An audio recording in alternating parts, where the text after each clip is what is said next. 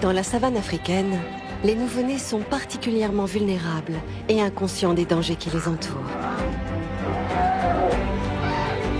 Qu'ils soient élevés au sein d'une crèche ou par une mère solitaire, pour survivre, ils devront apprendre les règles fondamentales de la vie sauvage. Dans ce monde semé d'embûches, ils seront aussi amenés à relever de nombreux défis.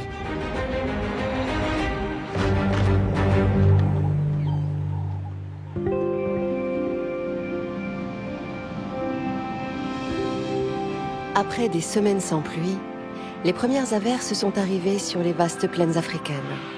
Elles ont nourri la terre et revigoré le sol. C'est un moment idéal pour élever les nouveau-nés. Au bout de 22 mois de gestation, mon petit éléphanto est enfin là. À sa naissance, il pesait près de 100 kilos et quelques minutes seulement lui ont suffi pour faire ses premiers pas.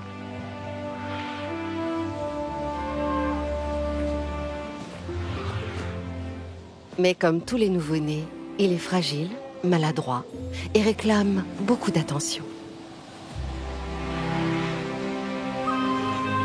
Comme tous les autres bébés, il est une cible privilégiée pour les prédateurs. Pour protéger sa progéniture, chaque espèce a sa méthode. Si certaines mères élèvent leurs petits en groupe, d'autres sont obligées de les cacher. Car dans la savane, même les jeunes carnivores sont en danger.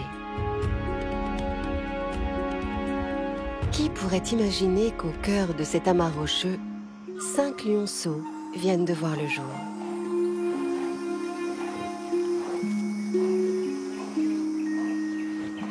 Contrairement aux jeunes herbivores, à la naissance, les lionceaux sont faibles et encore aveugles. Heureusement, leur odorat les guide vers les mamelles maternelles.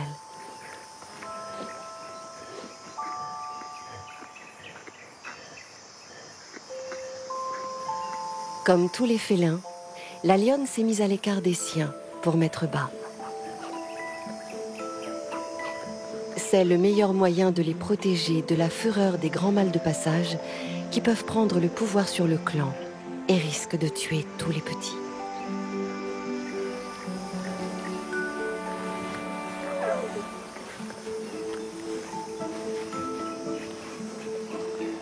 Chacun pèse moins d'1,5 kg. Ils sont extrêmement vulnérables, surtout lorsque leur mère doit les laisser seuls pour aller chasser et reprendre des forces.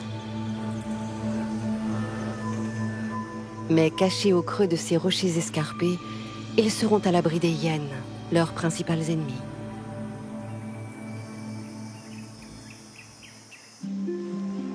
C'est loin d'être le cas pour d'autres petits prédateurs. Ces guépardos ont vu le jour en pleine savane. Comme tous les petits félins, ils sont incapables de suivre leur mère durant leurs premières semaines. Ils doivent rester cachés, se rendre invisibles et ne faire aucun bruit pour ne pas attirer les prédateurs.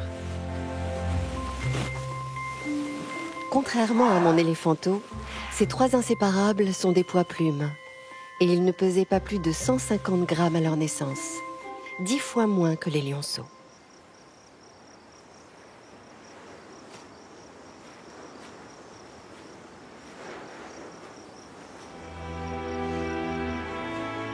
Depuis qu'elle les a mis au monde, leur mère vit dans un état de stress permanent.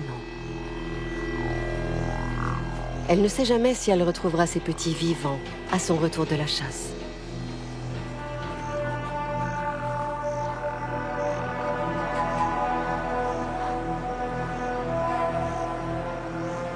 Alors, avant de regagner sa cachette, la guéparde fait diversion. Elle veille à bien brouiller les pistes pour éloigner les hyènes. Et pour ces petites boules de poils, le temps est long quand on attend sa mère.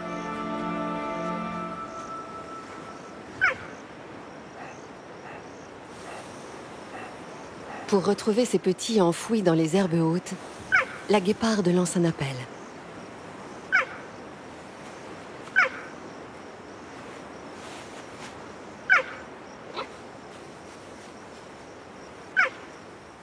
À 4 semaines, les guépardos ont appris à identifier les petits cris très particuliers de leur mère. Et ils ne répondent que s'ils les reconnaissent.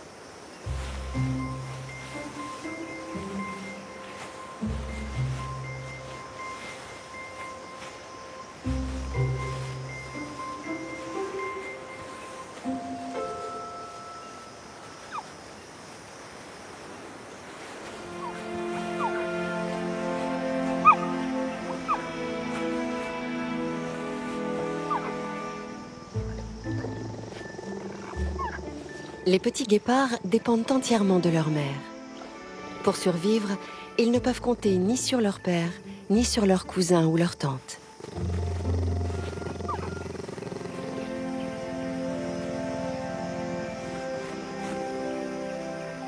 Les guépardos ont besoin du lait maternel durant les 6 premiers mois de leur existence.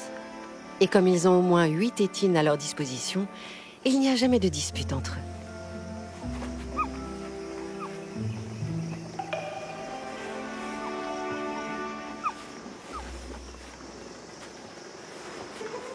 Pour ces 3 inséparables, la première étape de l'école de la vie est d'apprendre à renforcer les liens dans la fratrie. Car durant de longs mois, ils devront tout partager et rester unis.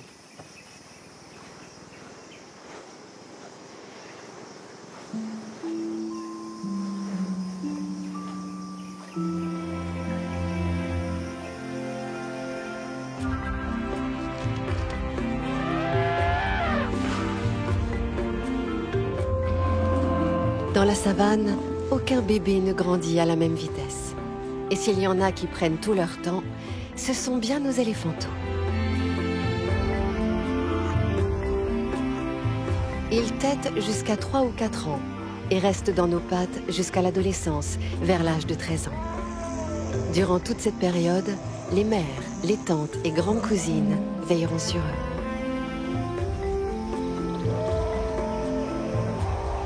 Comme nos éléphantaux, les petits suricates sont eux aussi élevés en famille. Au fond de leur terrier, les nouveau-nés commencent à s'impatienter.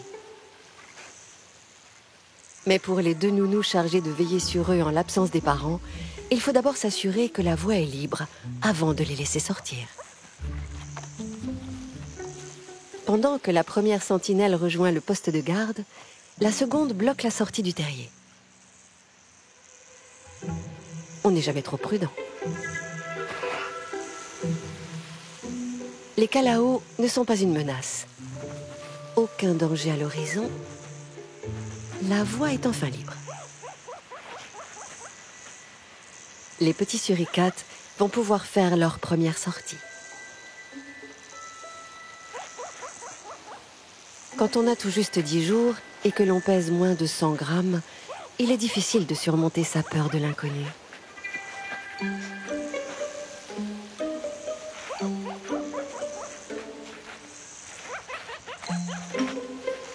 Mais la curiosité finit par l'emporter. Les nounous redoublent de vigilance, car les petits dont elles s'occupent ne sont pas n'importe qui. Ce sont ceux de la femelle dominante.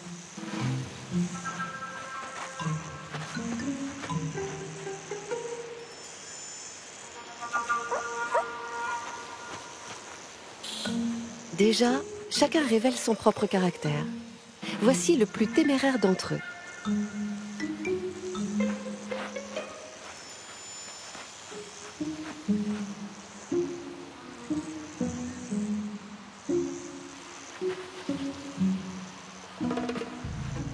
Intrigué par ses premières découvertes, il ose s'éloigner du terrier.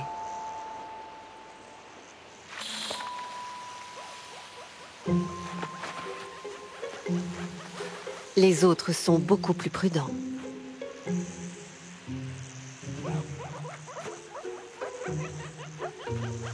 Cette première sortie est aussi l'occasion pour les nounous de les toiletter. Car sans cette stimulation, les petits seraient incapables de faire leurs besoins.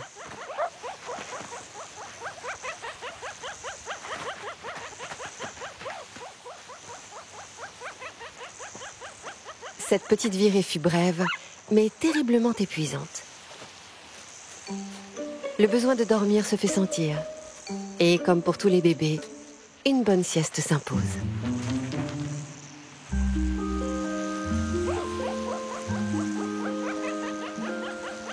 En attendant le retour du reste de la colonie, la sentinelle va devoir rester éveillée et lutter contre la chaleur et la fatigue.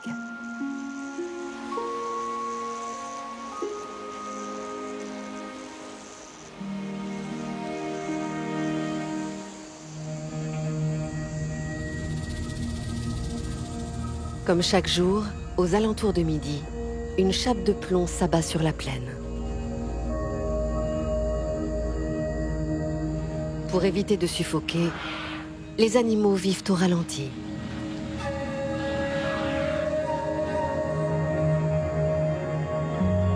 Écrasés par la canicule, les grands prédateurs ne bougeront pas avant la fin de l'après-midi.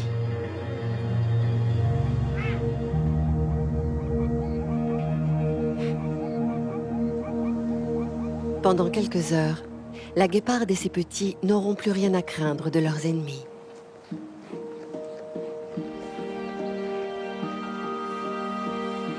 Mais une mère qui élève seule ses petits n'est jamais vraiment tranquille.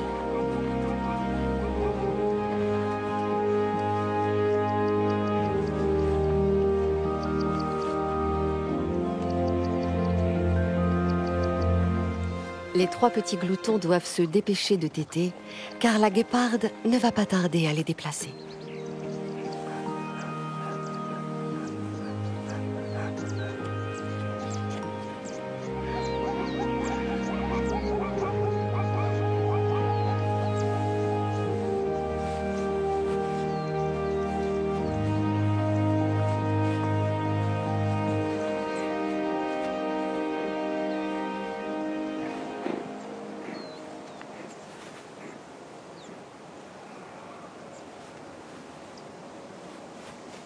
Elle est inquiète et stressée. Il est urgent de trouver une nouvelle cachette pour ces guépardos avant que les prédateurs ne sortent de leur torpeur.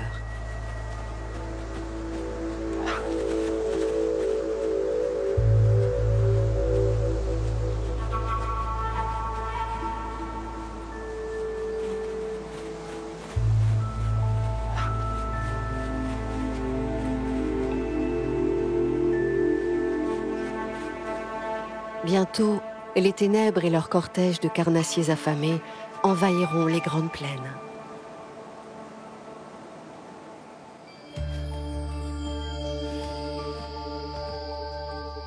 La nuit venue, certains sont en sécurité, comme les petits suricates protégés au fond de leur terrier.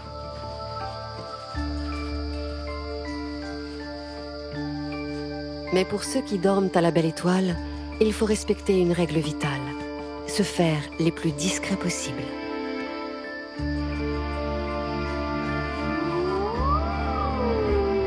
Car des hyènes vont arpenter la plaine jusqu'au petit matin, et elles ont un flair redoutable.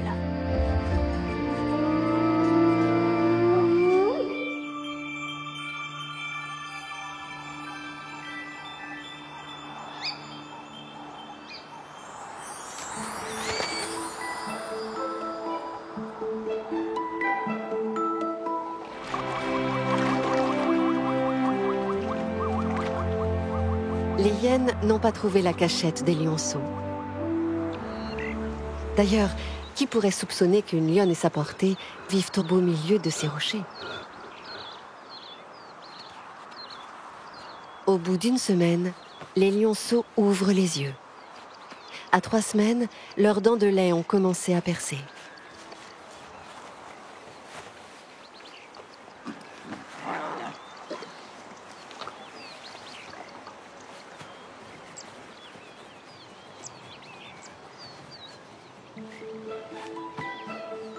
Ils ont maintenant 1 mois et ils sont enfin capables de gambader.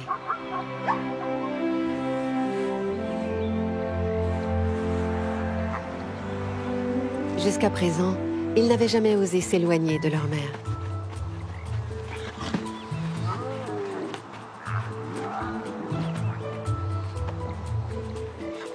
La lionne peut enfin les inviter à la suivre pour changer de cachette.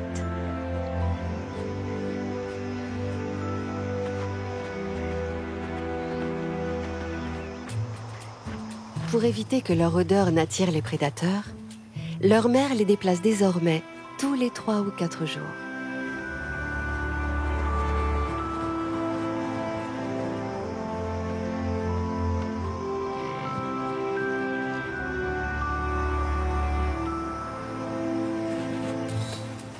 En restant aux côtés de leur mère durant les premières semaines de leur existence, les lionceaux vont consolider les liens qui les unissent à elles et à leurs frères et sœurs.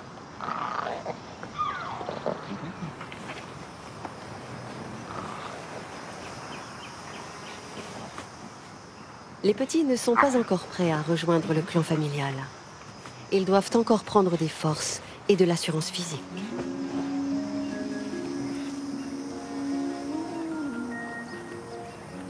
Depuis leur naissance, les lionceaux ont pris 100 grammes par jour. Ils pèsent environ 4,5 kg et sont encore patous. Mais à ce rythme-là, ils seront bientôt suffisamment costauds pour suivre leur mère dans la savane.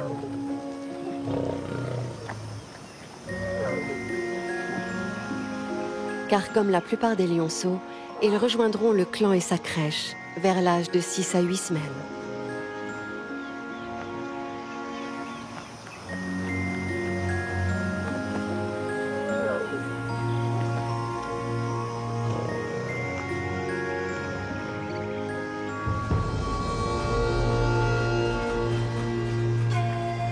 Rester ainsi à découvert n'est pas très prudent.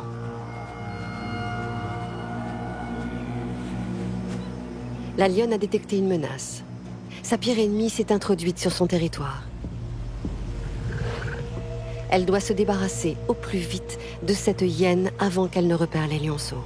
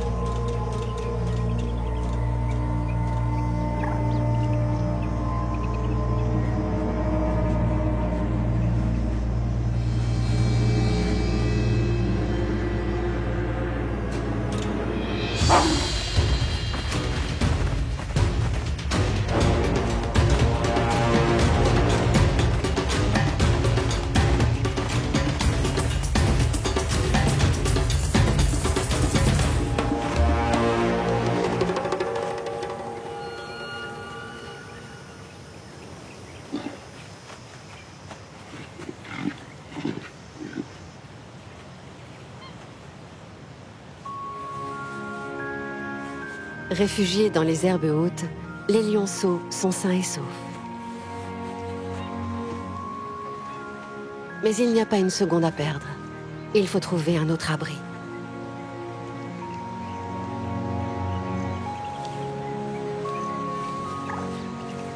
En prenant un dans sa gueule, la lionne signifie aux autres qu'ils ont intérêt à obéir et à la suivre.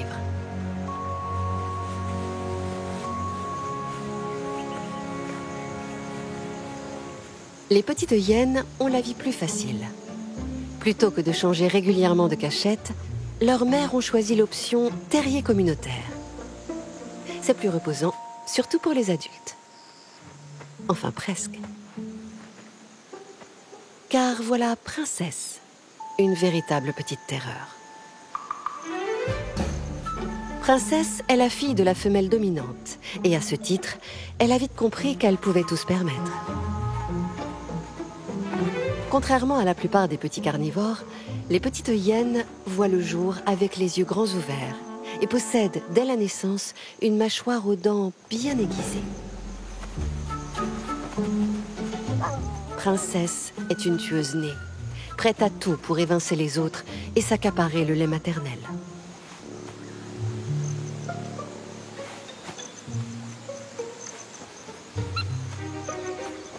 Les hyènes ne possèdent que 2 mamelles.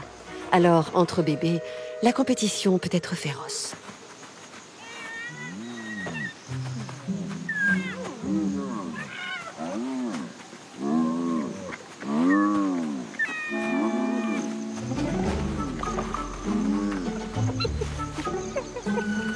princesse est toujours prioritaire et sans pitié envers son frère.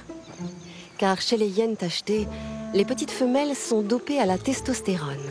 Et ce sont elles qui dominent les mâles.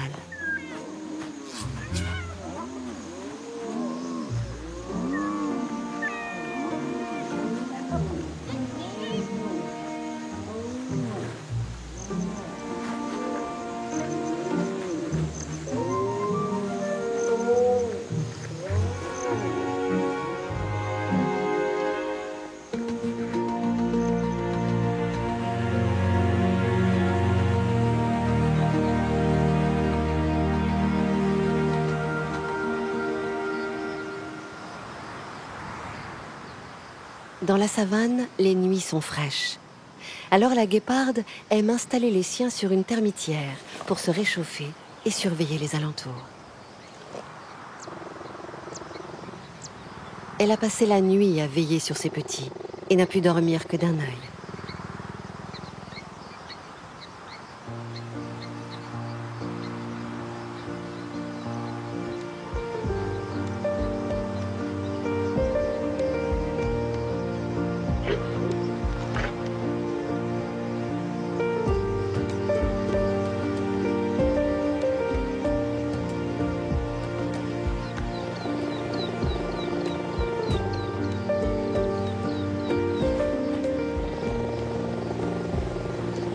Au sein de la fratrie, il n'y a jamais de tension, de rivalité. Il n'y a ni dominant, ni dominé. Et les guépardos sont tous traités de la même manière.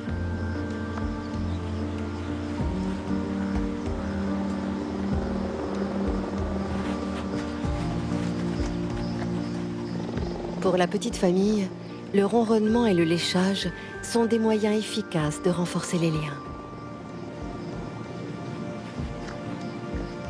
Le trio restera inséparable jusqu'à l'âge adulte.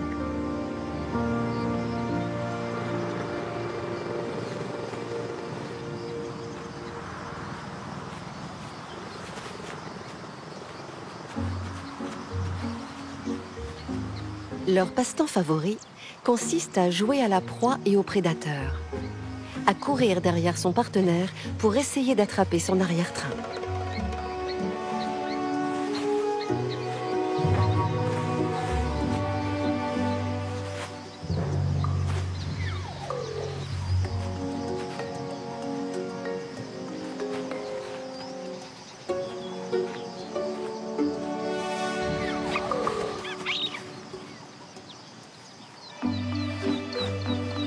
Ces courses-poursuites et ces jeux endiablés les entraînent en fait à leur future carrière de prédateurs.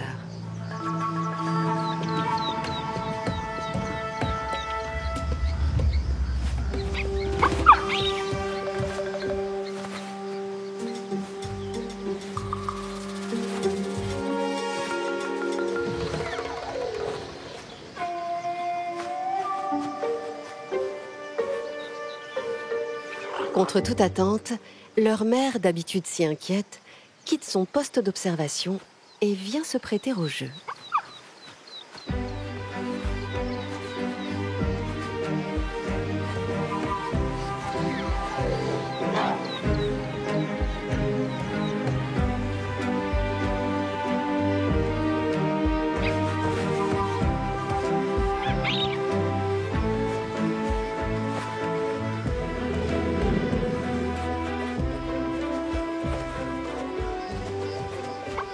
Mais chez les guépards, les moments de détente sont de courte durée.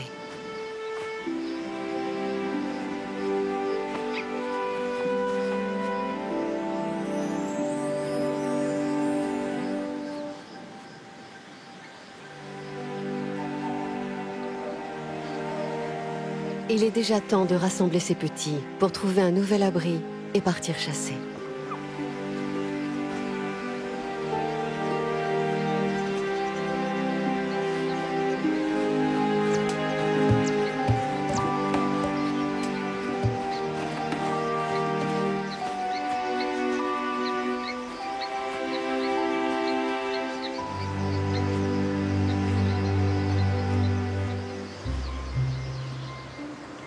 Durant leur première semaine, tous les bébés n'ont pour unique préoccupation que de téter.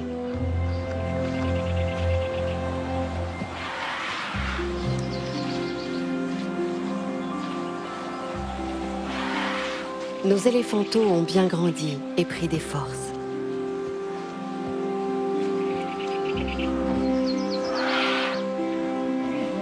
Ils vont désormais pouvoir aiguiser tous leurs sens.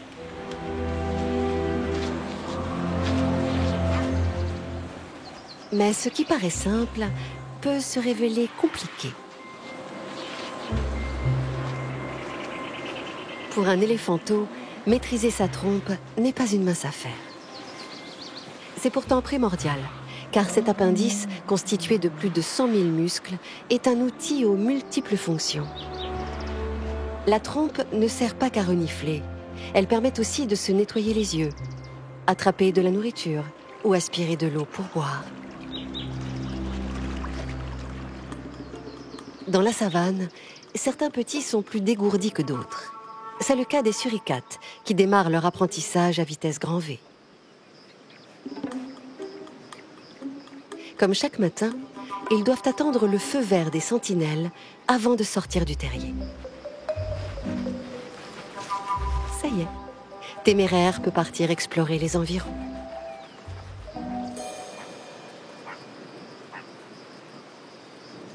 Sa petite sœur, moins audacieuse, n'est pas encore prête à le suivre.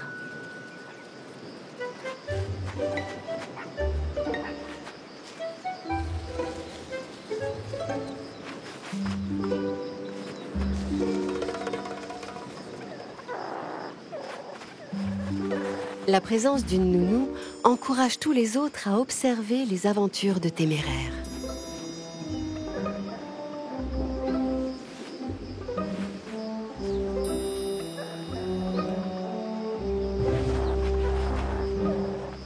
Mais attention, il devrait éviter de trop s'éloigner du terrier, car en cas de danger, il n'aurait pas le temps de retourner s'y réfugier. Il prend trop de risques. À cet âge, il devrait rester sagement près des adultes, comme ses frères et sœurs.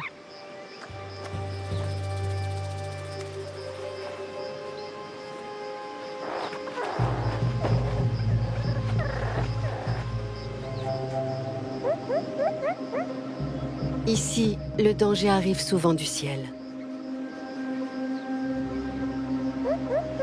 Les vigies ont aperçu un rapace. L'alerte est immédiatement donnée. Les petits suricates ont appris à reconnaître ce cri particulier qui signale une menace aérienne.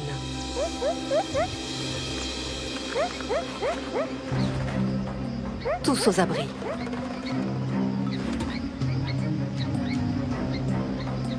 Téméraire n'aura jamais le temps de rejoindre les siens. Guidé par son instinct, il réussit à se blottir contre un arbre et à se rendre invisible.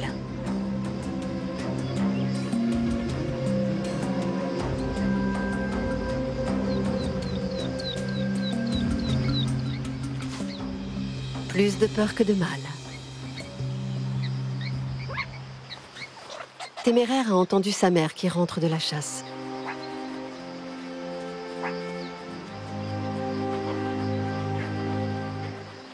Retour express au terrier, dans la gueule de sa maman.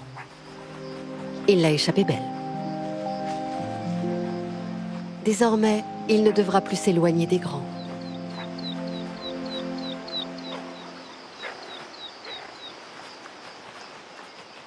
Ce fut une journée éprouvante pour Téméraire et ses frères et sœurs.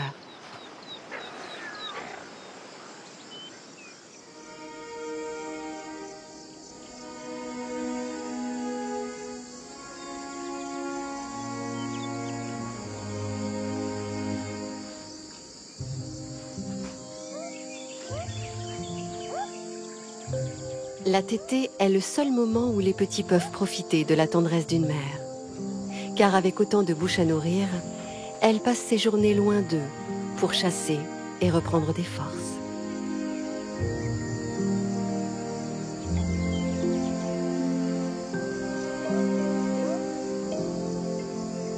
Pour les sentinelles aussi, la journée fut particulièrement épuisante.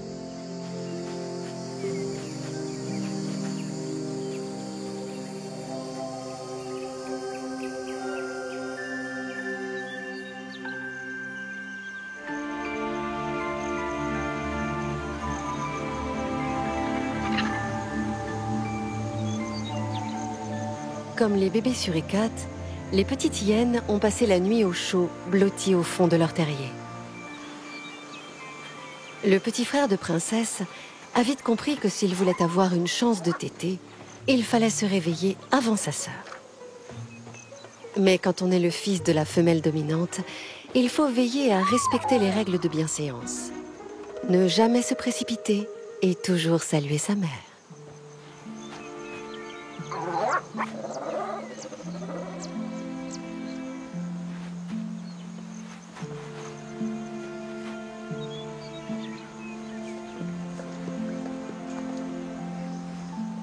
L'avenir appartient à ceux qui se lèvent tôt, surtout quand Princesse est dans les parages.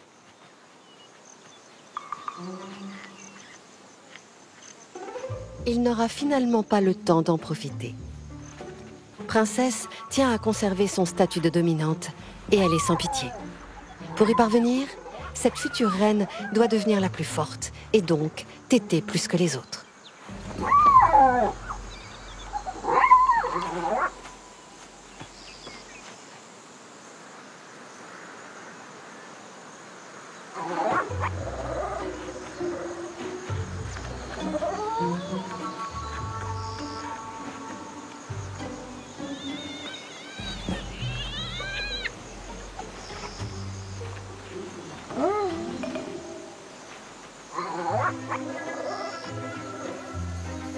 Princesse n'a même pas l'intention de laisser ses petits voisins accéder aux mamelles de sa maman.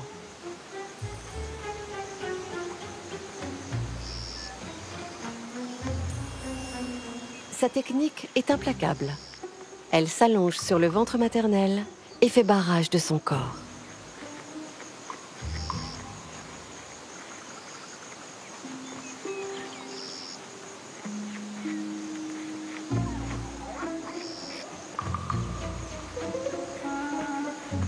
Au bout du compte, Princesse accepte de téter en famille et cède la seconde mamelle à son frère.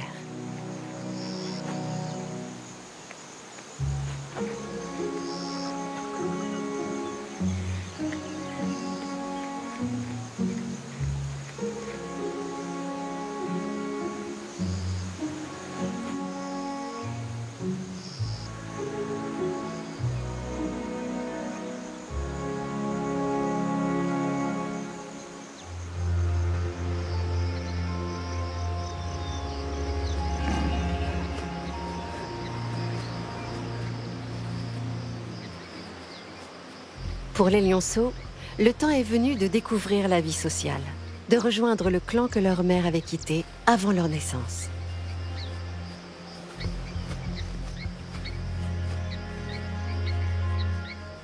L'épreuve est périlleuse. Si de nouveaux lions ont pris le pouvoir, ils les tueront.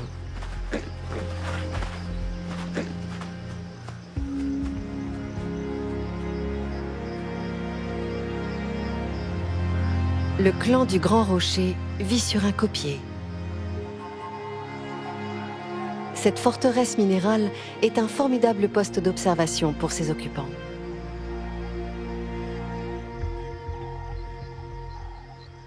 Plusieurs lionnes occupent les lieux, avec à leur tête un grand mâle dominant.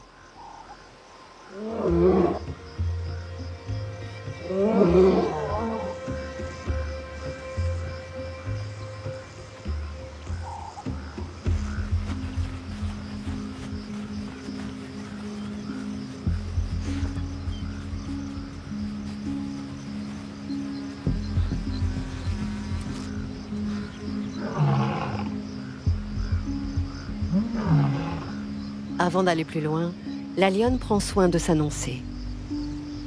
Cela sera-t-il suffisant pour amadouer le maître des lieux?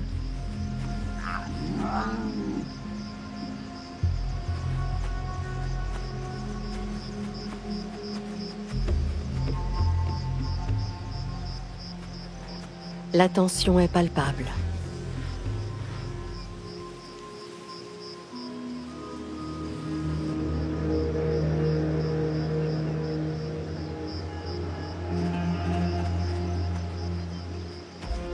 La petite famille vient de réussir l'épreuve du grand mâle.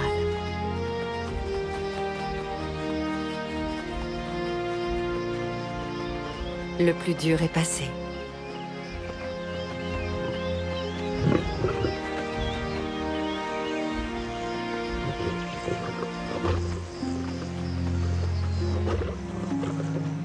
Après s'être isolés du clan durant plusieurs semaines, d'autres lionnes sont aussi de retour avec leurs bébés. Chez ces félins particulièrement sociaux, la synchronisation des naissances permet d'élever les petits en crèche communautaire.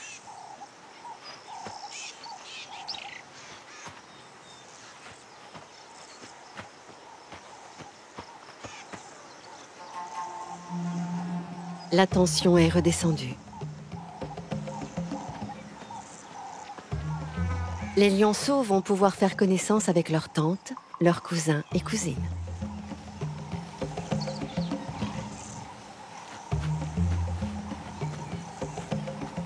Les lionnes sont habituellement tolérantes avec les petits de la communauté. Mais ce lionceau ne connaît pas encore toutes les règles. Pour une lionne, il est hors de question de se laisser téter quand on a de nombreux petits à nourrir.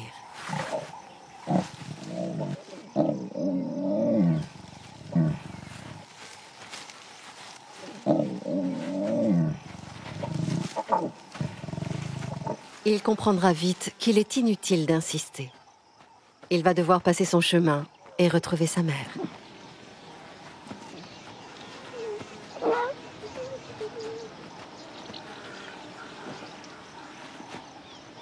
La vie des lionceaux vient de prendre un nouveau tournant. Ils ne resteront plus jamais seuls. Le clan veillera sur eux quand leur mère partira chasser.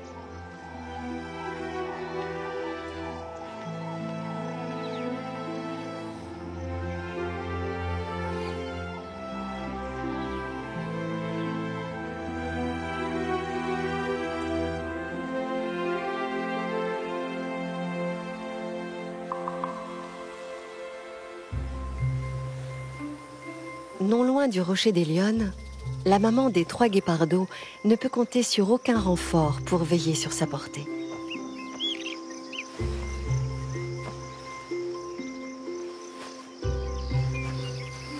Ces petits athlètes débordent d'énergie. Ils enchaînent les cabrioles, les poursuites ou les escalades. Ils ne s'arrêtent jamais. Mais leur audace a ses limites. Quand on ne possède pas de griffes rétractiles, contrairement aux autres félins, descendre des arbres représente un réel défi.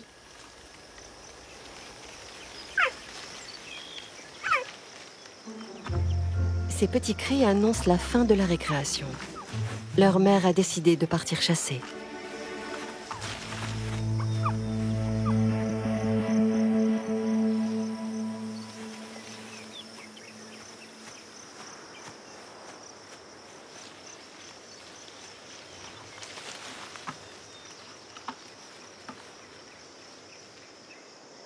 C'est si difficile de la laisser partir.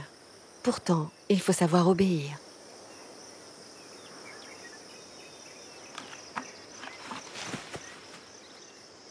Un simple regard suffit pour leur indiquer qu'ils doivent arrêter de faire les malins et aller se cacher.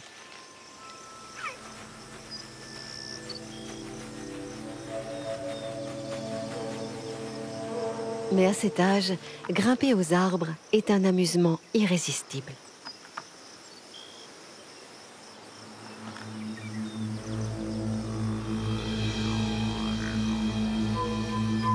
Alors, rien de tel qu'une bonne frayeur pour être rappelé à l'ordre.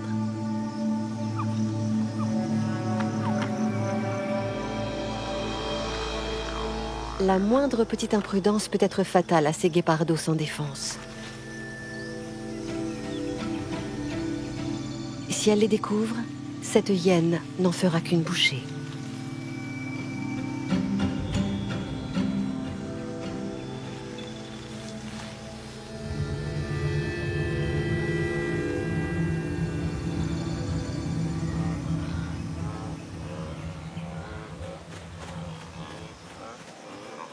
La guéparde n'a pas tardé à repérer un petit groupe d'herbivores.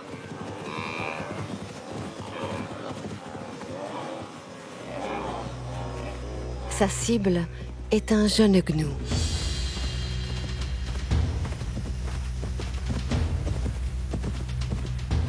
La recherche de proie a entraîné la guéparde sur le territoire des lionnes.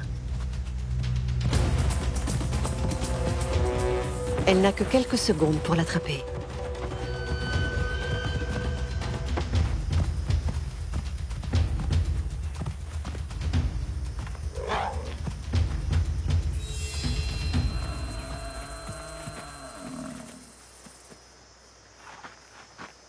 L'occasion est trop belle pour cette lionne.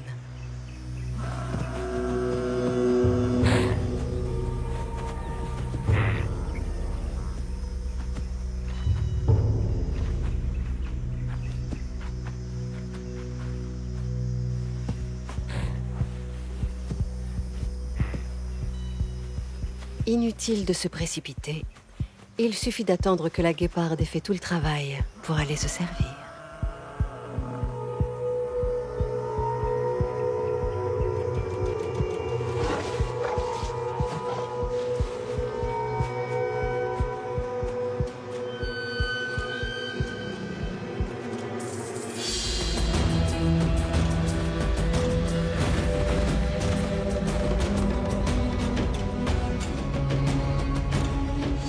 La guéparde sait qu'elle n'est pas de taille à affronter une lionne et n'a pas d'autre choix que d'abandonner la partie.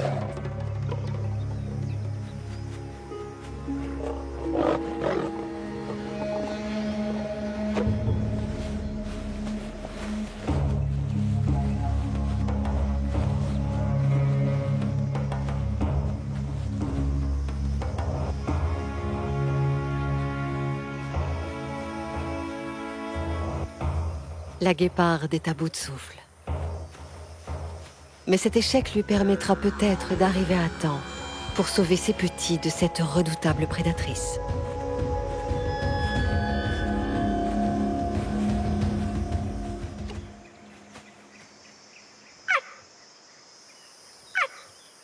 Les guépardos ne sont plus sous l'arbre où leur mère les avait laissés. Inquiète, elle multiplie les appels.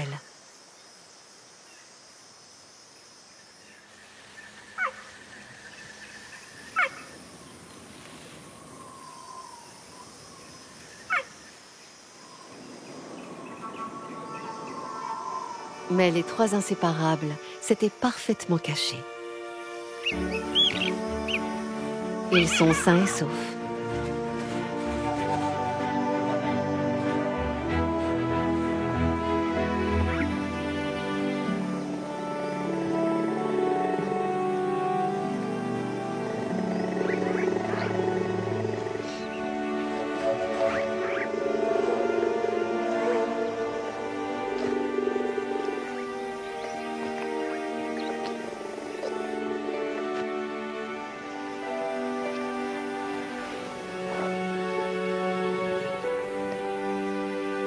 Après cette mauvaise expérience, la guéparde ne les laissera plus seuls. Dorénavant, à ses côtés, ils vont mener une vie itinérante et s'initier à l'art de la chasse.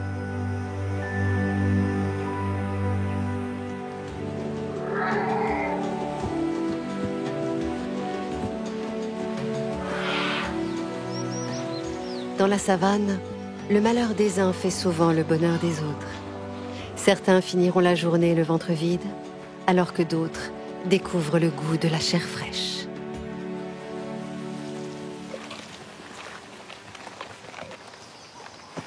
Les lionnes ont entamé sans tarder le cuir et ont convié toute la crèche à partager le gnou.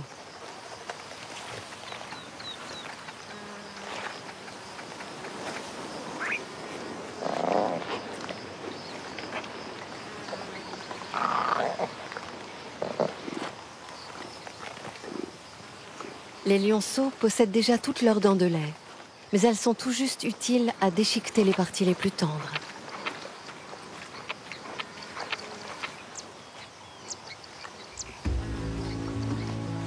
Ce qui ne les empêche pas d'imiter les grands.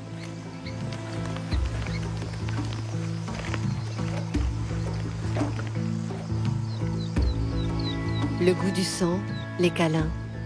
Il ne s'agit pas là que d'un simple toilettage. Cela renforce les liens au sein du groupe.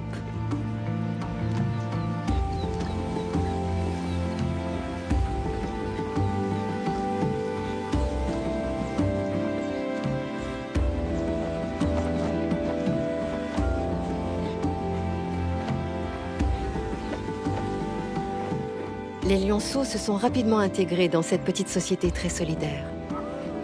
Dans la crèche communautaire, ils sont tous traités de la même manière.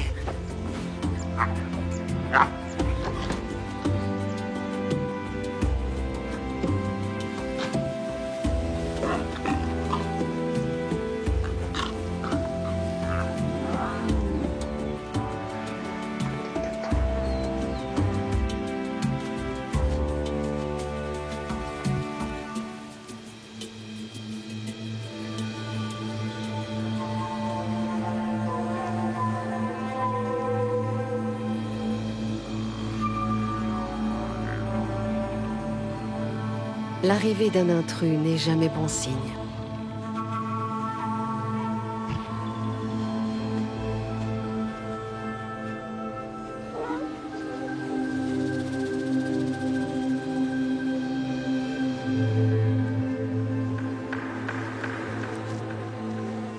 Ce grand mâle peut s'en prendre à n'importe quelle femelle et assez petit pour pouvoir s'accoupler.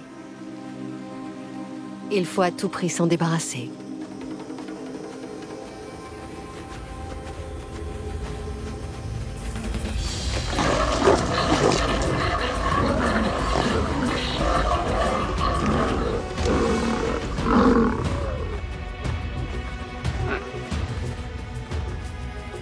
Pris de panique, les plus jeunes se dispersent.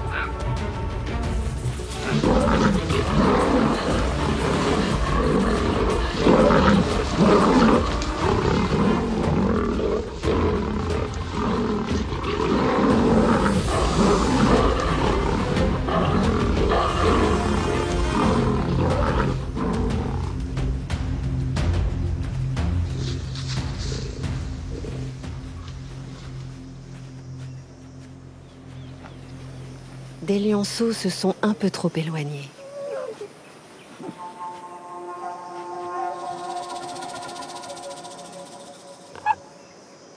Certains se sont même égarés dans les herbes hautes, sur le territoire des hyènes.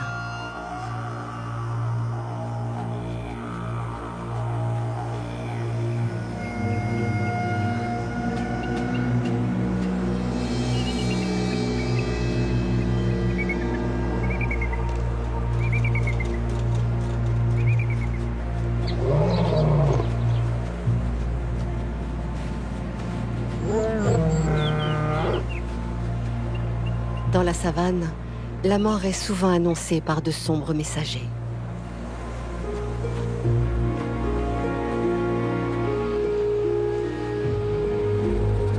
Un lionceau manque à l'appel.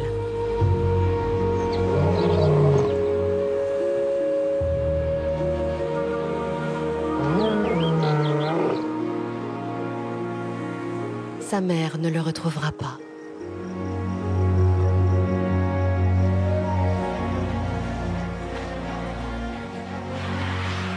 La plupart des bébés ont pu faire face aux dangers qui ont jalonné les premières étapes de leur vie. Mais de nouvelles épreuves les attendent.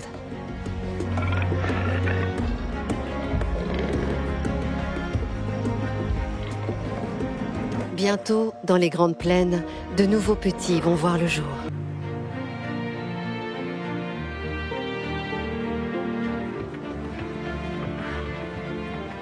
Marcher, de jour, de nuit.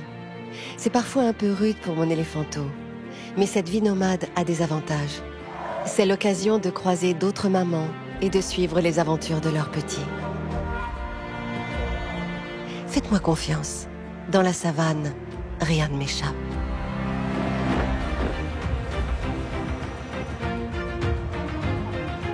Les trois inséparables guépardos ont surmonté les premiers obstacles de la vie. Il est temps pour eux de débuter la période de sevrage et d'amorcer leur carrière de petits carnivores.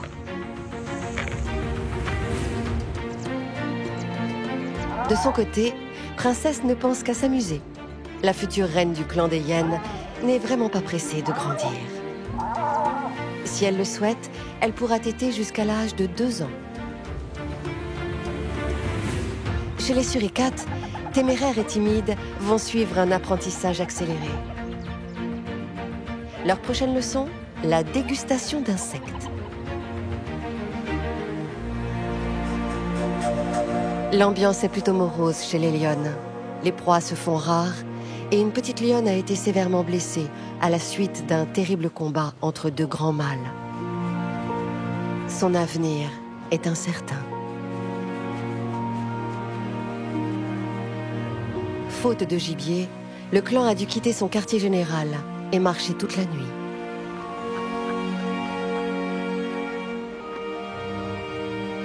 Fortement diminuée, Dokase a du mal à suivre le rythme des autres membres du clan. Elle est à la traîne et, contrairement à ses frères et sœurs, elle n'a pas encore pu se reposer.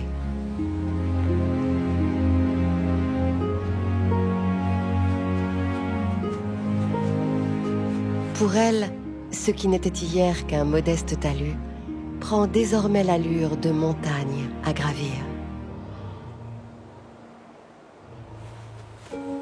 Mais cette petite lionne a du courage.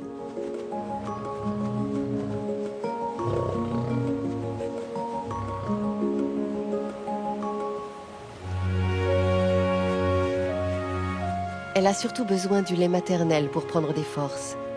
Mais ses frères et sœurs l'ont précédée.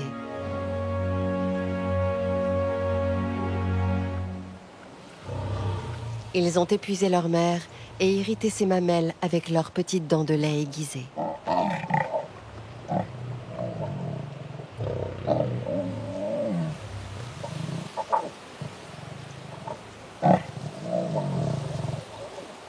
Sa mère est de mauvaise humeur.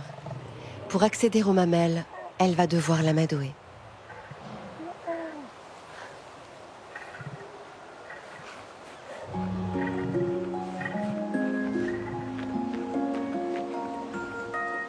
En temps normal, la tétée peut durer 10 minutes. Un pur moment de réconfort pour Dokase.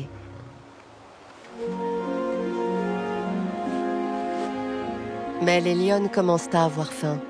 Elles doivent se remettre en marche. Dokase aurait bien aimé téter plus longtemps, mais aucun traitement de faveur ne lui sera accordé.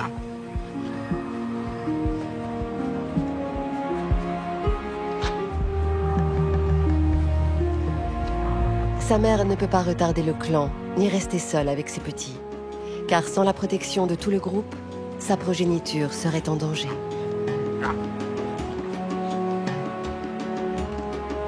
La petite lionne blessée n'a pas eu le temps de se reposer ou de faire une sieste comme les autres. Mais elle n'a pas le choix. Si elle ne suit pas le clan, elle mourra. En attendant le retour de la grande migration et ses milliers d'herbivores, les lionnes vont devoir redoubler d'efforts pour trouver des proies. Dokase va devoir s'accrocher, car dans la nature, on s'embarrasse rarement des plus faibles. Pour nous autres éléphantes, le retour des troupeaux de zèbres et de gnous peut attendre. Nous ne sommes jamais pressés de voir débarquer ces redoutables tondeuses à gazon. Mais pour les carnivores, cela signifie la fin d'une longue période de disette.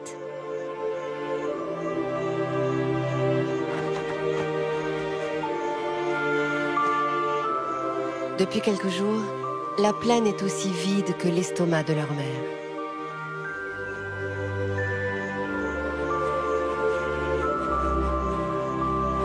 Les trois inséparables guépardos ont de l'énergie à revendre, et il leur en faudra, car ils vont devoir continuer à parcourir la savane.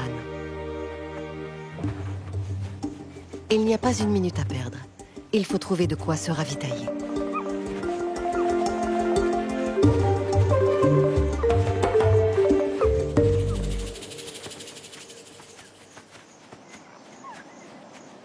Les petits félins et leur mère ne peuvent pas se douter qu'à une dizaine de kilomètres de là, de l'autre côté de la colline, des gnous, des zèbres et des buffles sont en marche.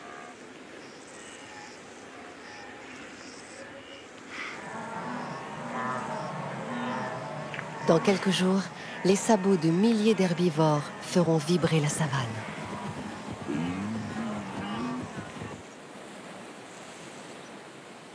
Mais pour l'instant, la guéparde doit se contenter des petits groupes de gazelles qui vivent ici à l'année.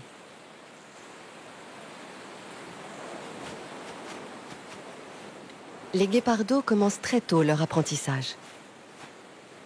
À bientôt 3 mois, ils accompagnent déjà leur mère à la chasse et imitent le moindre de ses gestes.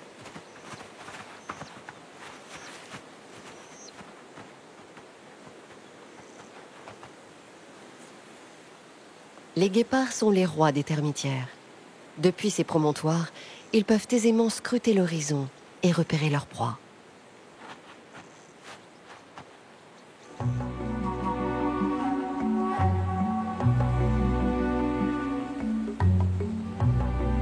Enfin, une occasion se présente. Et il n'est pas question de la rater.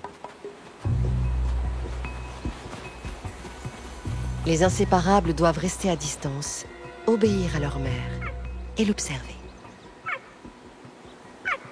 La consigne est claire. Ne bougez plus et retenez bien ma leçon.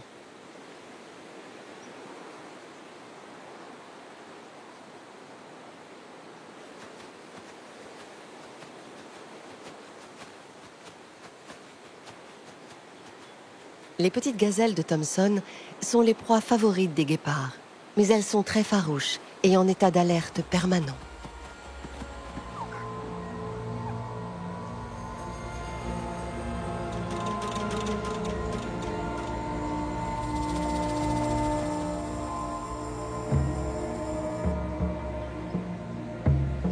Ce petit guépardo n'est pas très discret et il n'a pas respecté les règles. Les gazelles ont perçu sa présence. La guéparde se lance, sans réelle conviction, car elle ne peut plus profiter de l'effet de surprise.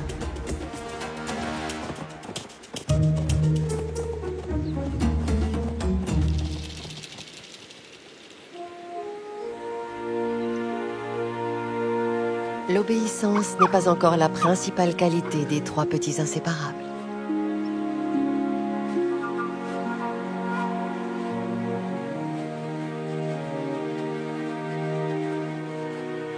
Ce soir, la guéparde va devoir dormir le ventre vide, car il est trop tard pour poursuivre la chasse.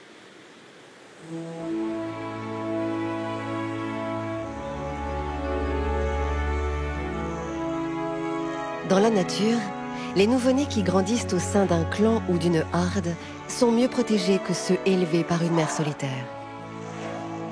Nos éléphantaux ont donc plus de chances d'atteindre l'âge adulte que les petits de la guéparde ou de la léoparde.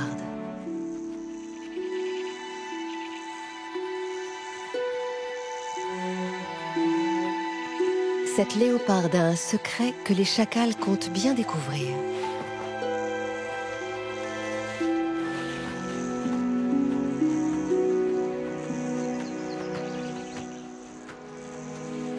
Au creux d'un rocher, elle a caché ses 2 petits.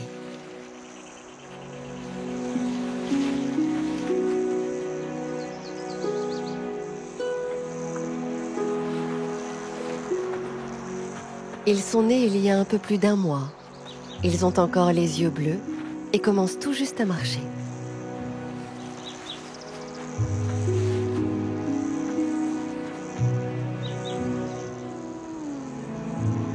Leur mère a compris qu'ils ne sont désormais plus en sécurité.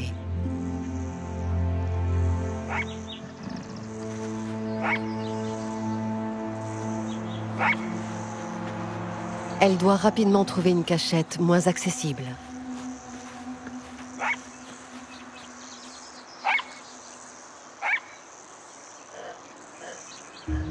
La situation est complexe et le choix quasi impossible pour la léoparde. Elle ne peut transporter qu'un seul petit à la fois et ne peut pas laisser l'autre seul. L'un des 2 va devoir la suivre.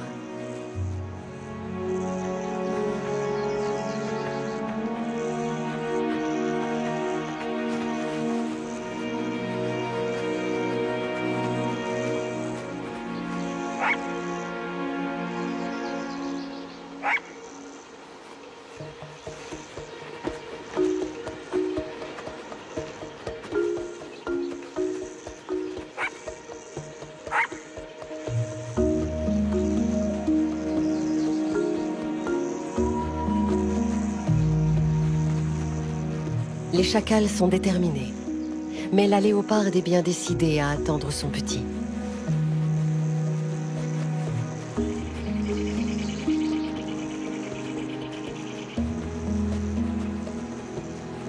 Hélas, arrivé dans les herbes hautes, le léopardo perd sa mère de vue et prend une mauvaise direction.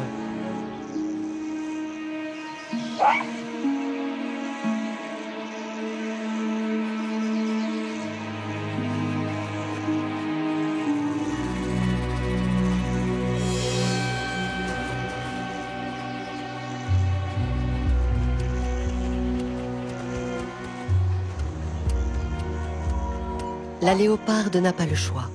Elle doit d'abord cacher le premier, avant de pouvoir revenir s'occuper du second.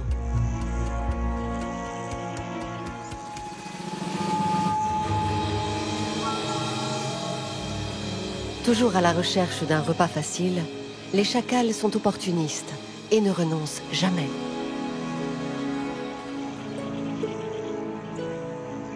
Pour le mettre à l'abri, la léoparde a choisi ces rochers inaccessibles pour la plupart des prédateurs.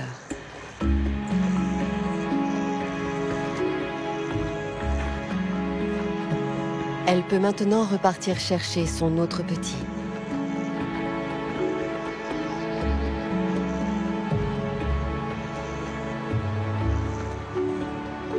Camouflé dans cette anfractuosité, le premier léopardo est désormais hors de danger.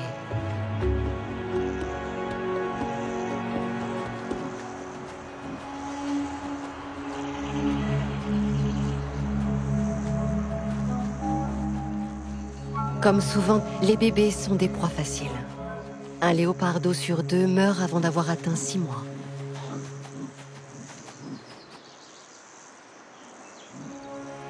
Malgré son dévouement, la léoparde arrive trop tard. Il ne reste aucune trace du petit.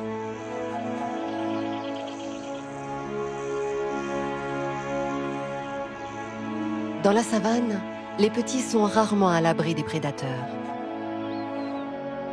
Mais à la garderie des suricates, les jeunes peuvent compter sur des sentinelles particulièrement vigilantes. C'est un grand jour pour Timide et Téméraire. À 3 semaines, le temps est venu pour eux de suivre leur baby-sitter pour une partie de chasse aux insectes. Aucun danger à l'horizon, l'aventure peut commencer. Téméraire n'en fait décidément qu'à sa tête. Il espère être livré à domicile. Mais rien ne sert de hurler, cela ne fonctionne pas comme ça.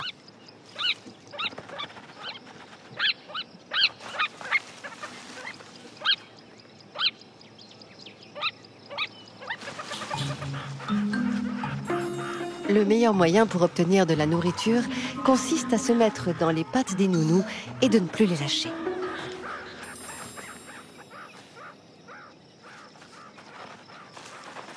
Dans un premier temps, les adultes proposent aux petits une dégustation d'insectes morts et souvent prémâchés. Téméraire commence fort. Son premier aliment solide n'est ni une larve, ni un scarabée, mais un beau morceau de scorpion. Et il ne fait pas la fine bouche.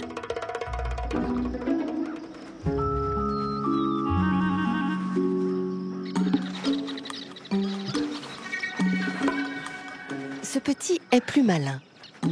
Il a compris qu'il fallait creuser et il imite les grands, même s'il n'a vraiment pas encore l'air de savoir pourquoi.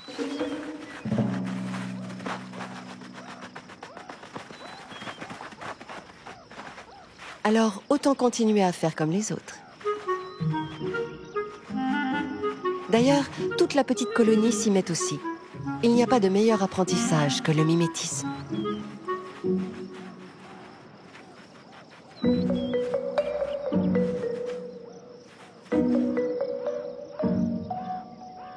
Certains semblent moins motivés, mais la baby-sitter est là pour les encourager.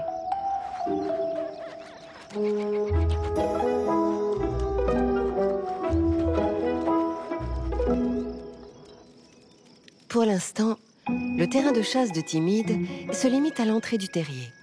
C'est déjà un monde fascinant où il est possible de grappiller quelques friandises. Mais pour elle, comme pour ses frères et sœurs, Il ne reste que peu de temps pour apprendre à attraper les premiers scorpions et s'alimenter sans l'aide des adultes. Car les petits suricates devront bientôt commencer à se débrouiller tout seuls.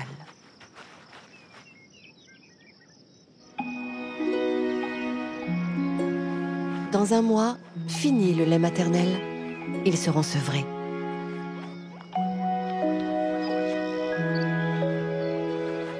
Et leur mère se préparera déjà pour accueillir une nouvelle portée. Car une femelle suricate peut donner naissance 3 ou 4 fois par an.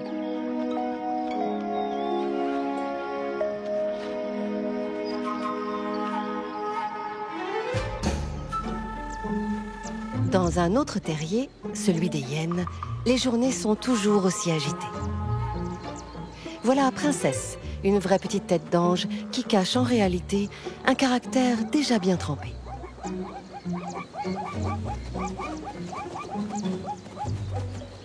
Depuis sa naissance, il y a 2 mois, la petite hyène a compris que son statut d'héritière de la femelle dominante l'autorise à n'en faire qu'à sa tête. Alors elle en profite. Espiègle, infatigable et désobéissante, la petite hyène est toujours prête à enquiquiner son entourage et plus particulièrement son frère.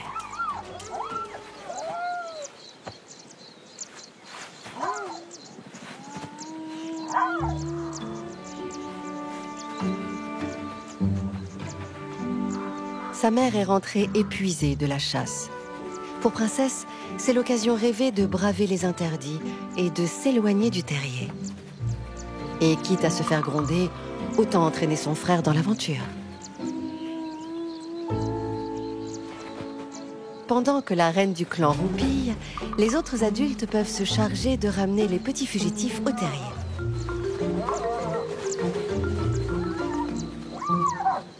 Les hyènes aimeraient bien donner une correction à la petite privilégiée, ne serait-ce que lui mordiller les pattes.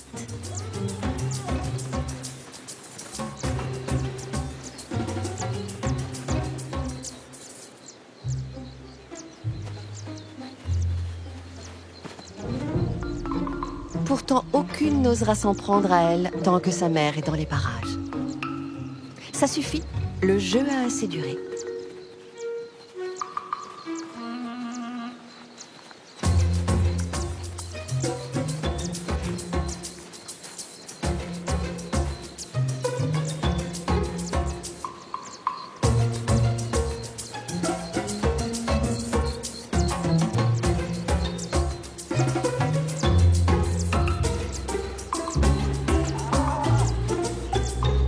C'est l'heure pour tous les petits de rentrer au terrier.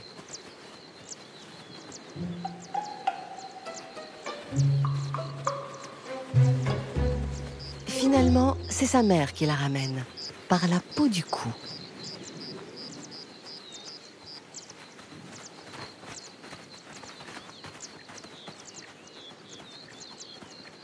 Comme chaque nuit, les hyènes partiront chasser. Les petits, eux, ne quitteront pas leur terrier, où les lions ne peuvent pas les atteindre.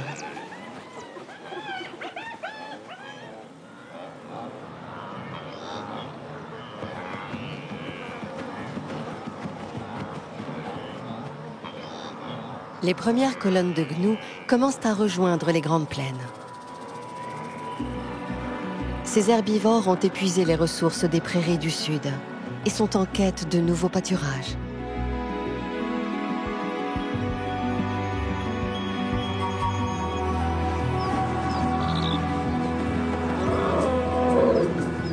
Ce matin, une rumeur assourdissante emplit la savane. Les zèbres et les gnous sont de retour.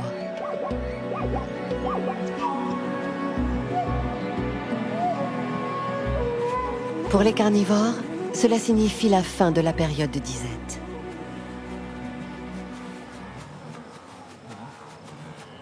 Cette fois, les 3 inséparables vont devoir se tenir à carreau et rester sagement à leur place pour ne pas faire échouer la chasse.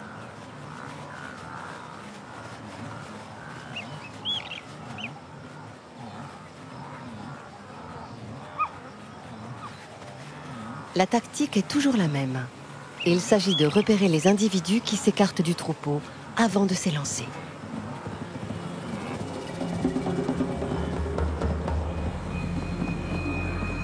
La cible est identifiée. Ce sera ce jeune gnou, une proie plus facile à poursuivre qu'un adulte. La guéparde rappelle les consignes. Les inséparables doivent rester immobiles et se faire oublier. La guéparde est taillée pour la course, mais elle n'a ni la puissance des lionnes, ni les crocs d'une léoparde. Avec sa petite mâchoire et ses petites dents, elle peut difficilement s'attaquer à un gnou adulte. Ce bébé n'est pas bien gros, mais c'est une proie facile. Inutile de se précipiter. Il suffit d'attendre qu'il se rapproche pour éviter d'avoir à courir trop longtemps.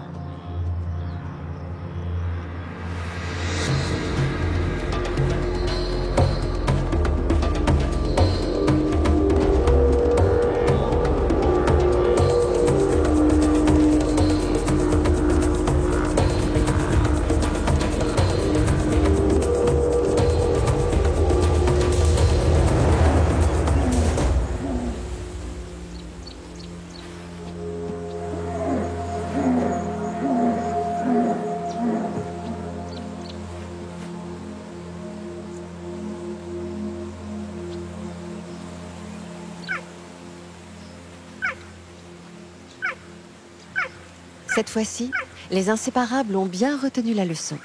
Ils n'ont pas bougé avant d'avoir eu l'accord de leur mère.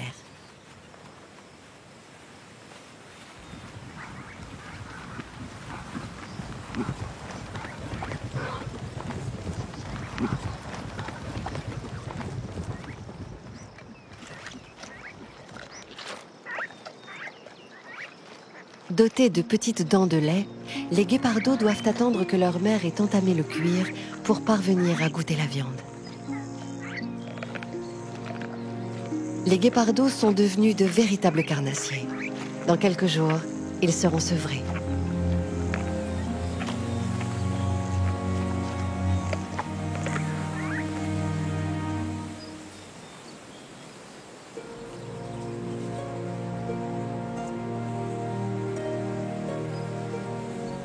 Pour tous les petits carnivores, la fin du repas est un moment propice au câlin et à une bonne petite toilette.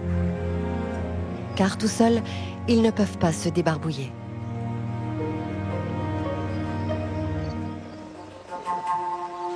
C'est aussi un bon moyen pour resserrer les liens familiaux.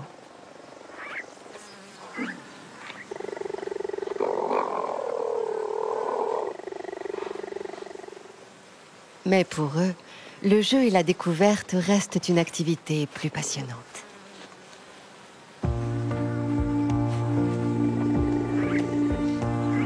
Pourtant, apprendre l'art du toilettage est indispensable pour lutter contre les parasites, les infections et éviter de tomber malade.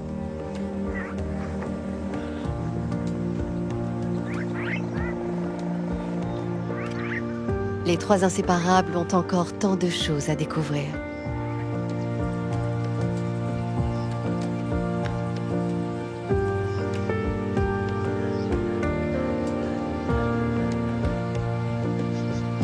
La savane est remplie d'une multitude de créatures incroyables.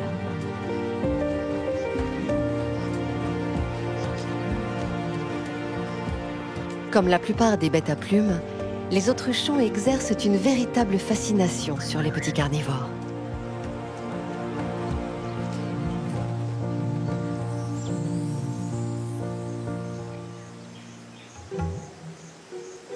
Ce matin, les petits suricates vont devoir affronter un drôle d'oiseau.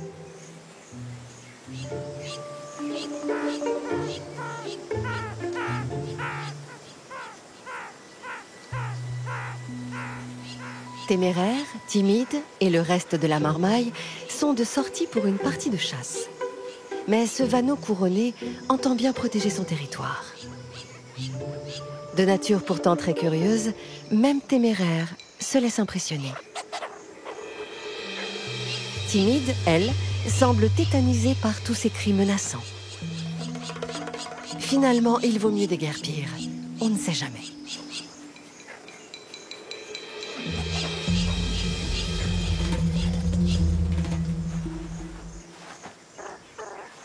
Quelques secondes ont suffi pour faire oublier l'oiseau fou. Les plus petits reprennent leur jeu près du terrier, tandis que les sentinelles continuent leur surveillance.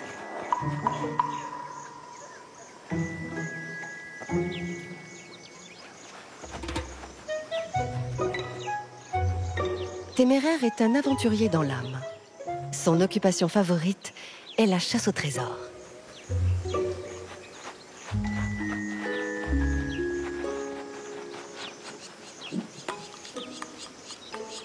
Il n'a rien à craindre de son voisin de terrier, l'écureuil de terre du Cap.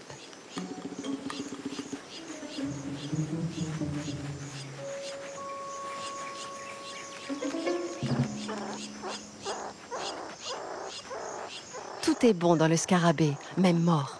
C'est une friandise délicieuse.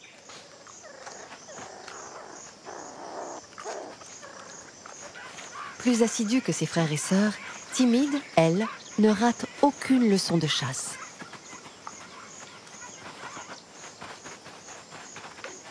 Mais cette fois encore, un oiseau va gâcher la sortie des suricates. Le drongo imite à la perfection leur cri d'alerte. Et il exploite ce talent unique pour leur voler la nourriture.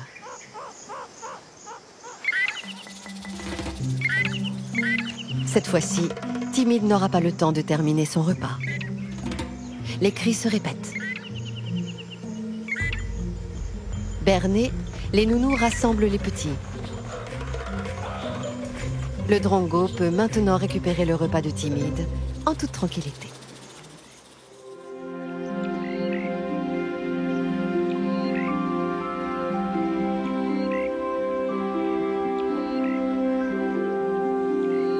Lonely, le petit léopard, a passé les premières semaines de son existence trimballé d'une cachette à une autre. Il a maintenant 2 mois et sa mère a décidé qu'il était dorénavant capable de vivre en haut d'un arbre sans risquer de tomber. Ainsi perchés, les chacals, les lions ou les hyènes ne risquent pas de l'atteindre. Mais que le temps peut être long quand on vit là-haut tout seul, à attendre le retour de sa maman.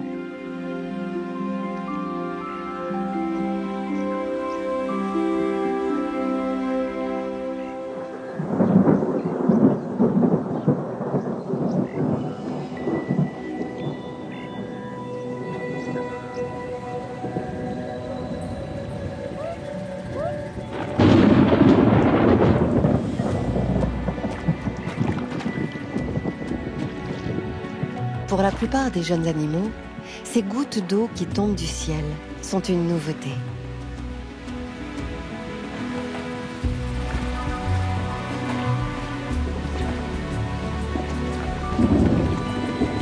Nos éléphantos vont pouvoir profiter de ce moment de détente ultra rafraîchissant.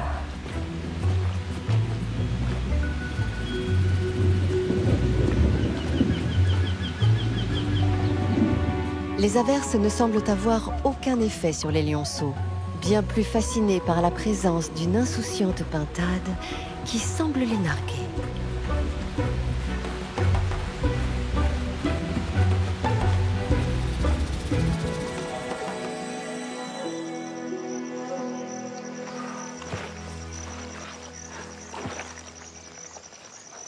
La pluie a abreuvé la terre, revigoré les pâturages et rempli nos points d'eau.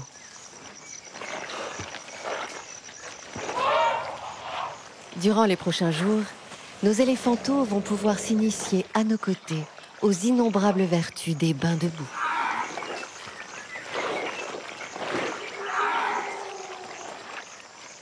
Cette récréation permet à nos petits de se dégourdir les pattes et de jouer avant de reprendre nos longues marches.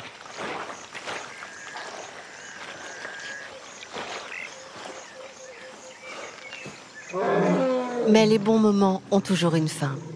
Nous autres éléphantes avons besoin de 150 kilos de végétaux par jour. Alors il n'est pas question de traîner.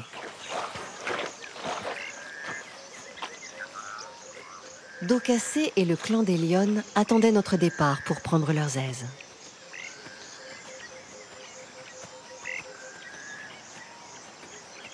Depuis le retour des gnous, la jeune lionne a repris du poil de la bête. Malgré son ventre bien rempli, elle reste insatiable et profite de chaque tétée.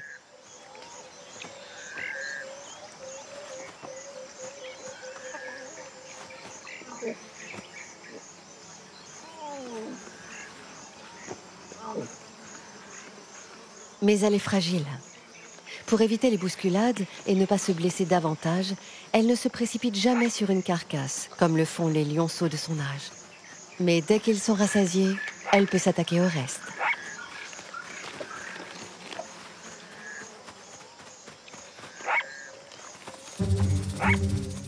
Son frère, lui, préfère effrayer les chacals. Mais ces derniers sont infatigables et plus malins que lui.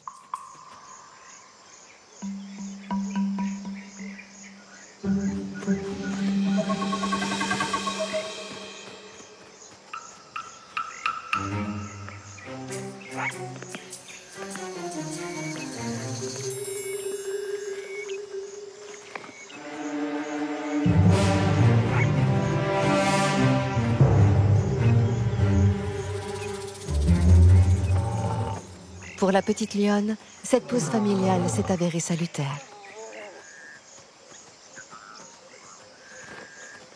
Mais déjà, il faut repartir avec ses proches et rattraper le reste du clan.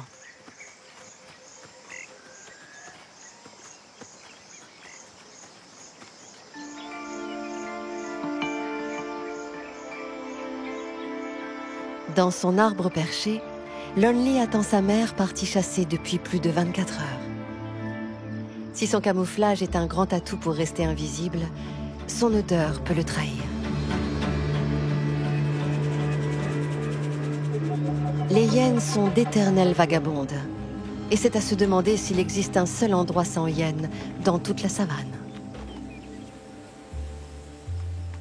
Lonely est effrayée. Son instinct lui dicte de grimper encore plus haut. Ses petites griffes lui permettent de s'agripper à l'écorce. Lonely ne sait pas que la hyène est incapable de l'atteindre, mais mieux vaut se méfier.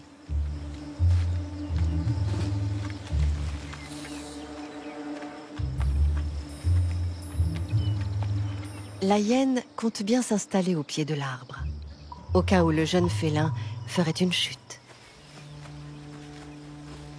Au même moment, la léoparde est de retour. Et la hyène sait qu'il ne vaut mieux pas se frotter à cette mère très protectrice.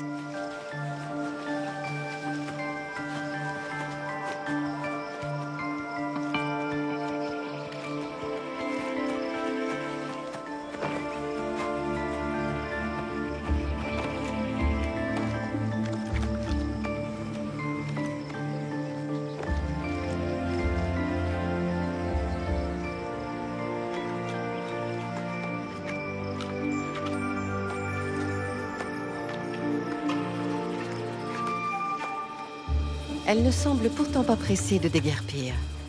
Lonely n'est pas encore un as de la descente en rappel, et une chute est si vite arrivée.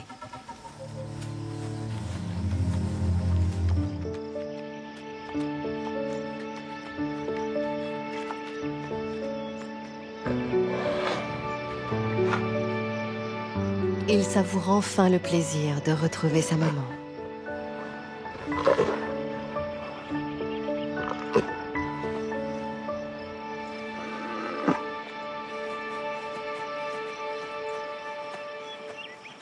Comme après chaque tétée, la léoparde va minutieusement toiletter son petit corps pour le débarrasser d'éventuels parasites.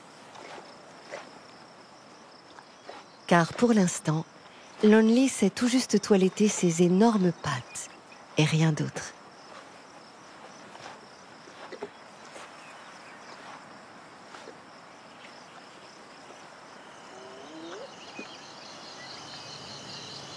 Chez les hyènes, le calme s'est installé, et c'est une première. Car depuis plusieurs soirs, Princesse répète le même cirque et refuse d'aller se coucher. Mais la petite hyène a trouvé un nouveau jeu, déblayer l'entrée du terrier. Enfin un peu de répit pour toute la meute.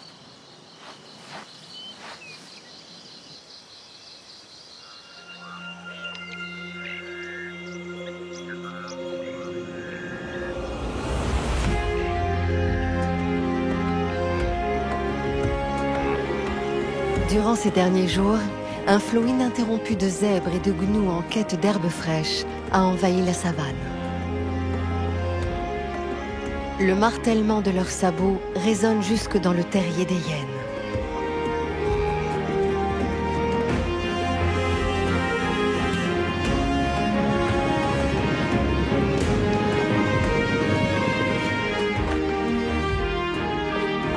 Lonely n'avait jamais assisté à un tel événement, ni entendu un tel vacarme.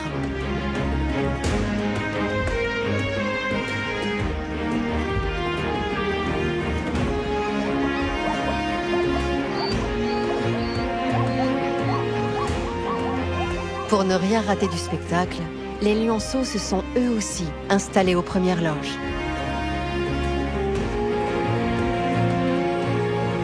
Cet afflux de proies va changer le quotidien de Dos Cassé et celui de tous les carnivores, petits et grands.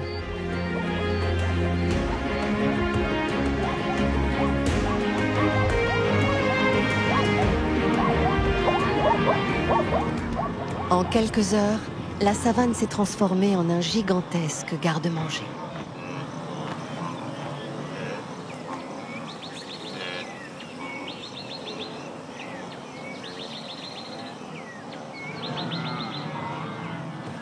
Ce jeune zèbre insouciant ne se doute pas que tous les regards sont braqués sur lui.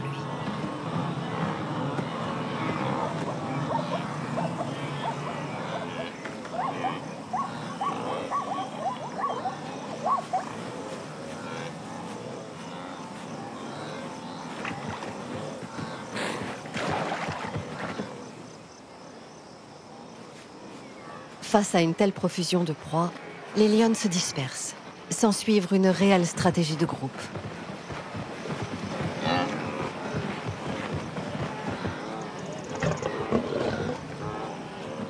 Gnous ou zèbres, les prédatrices ont maintenant l'embarras du choix. Il leur suffit de se poster en embuscade et d'attendre.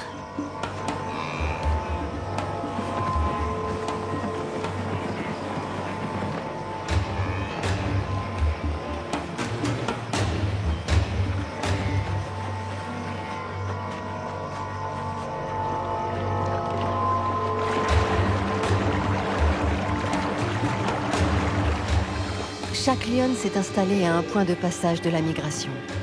Aucun échappatoire n'est possible.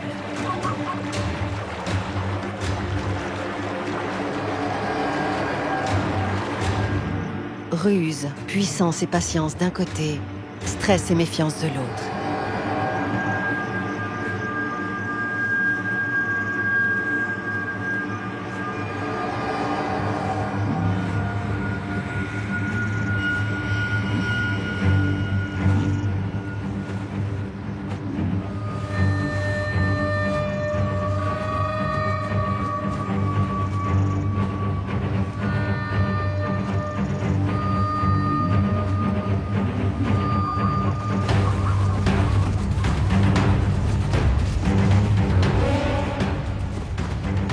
L'assaut est lancé sur plusieurs fronts à la fois. Pendant qu'une lionne attaque un zèbre, une autre se lance à la poursuite des gnous.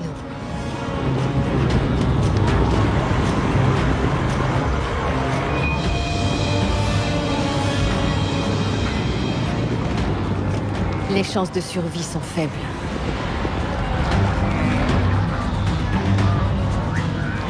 Les lionnes n'ont qu'à se servir.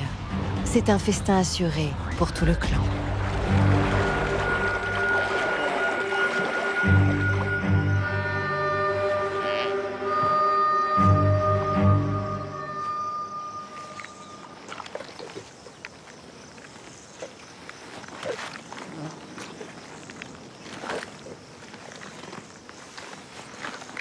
À 5 mois, les lionceaux commencent à révéler leur caractère de futurs grands prédateurs et leur férocité. Si les guépardos accompagnent déjà leur mère à la chasse, les lionceaux ne seront pas prêts à le faire avant l'âge de 9 mois.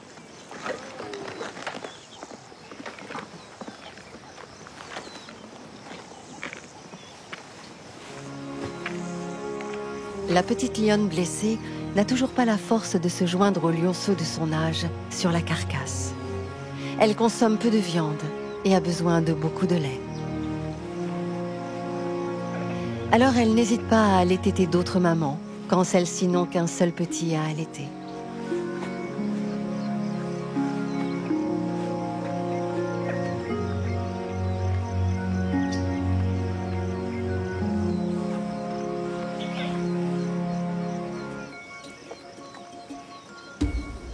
À cet âge, les jeux endiablés vont bon train.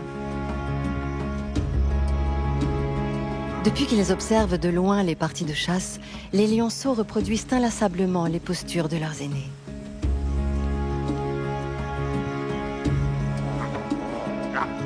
C'est un bon moyen d'éprouver leur force et de perfectionner leurs réflexes.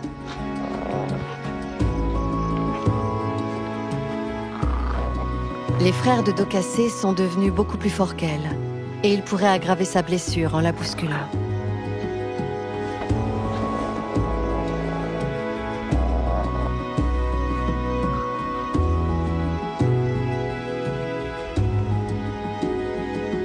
Finalement, elle préfère aller jouer avec des lionceaux plus jeunes et plus dociles.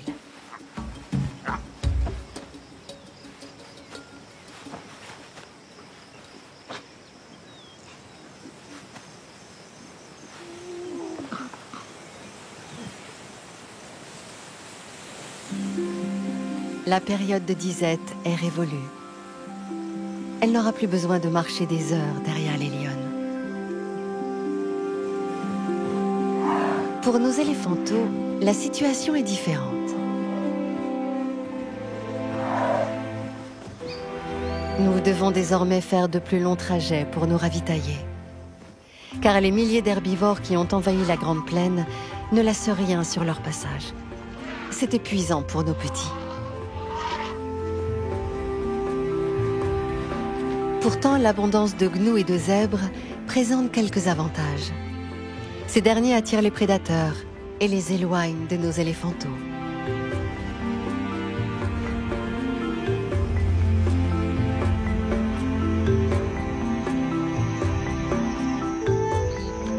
Pour le jeune léopard, les journées s'étirent, interminables. Toujours seul sur son arbre, il attend le retour de sa mère.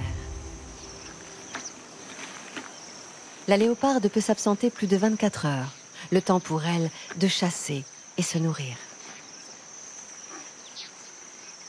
Le petit léopard enchaîne donc les siestes. Il peut passer une journée entière à dormir.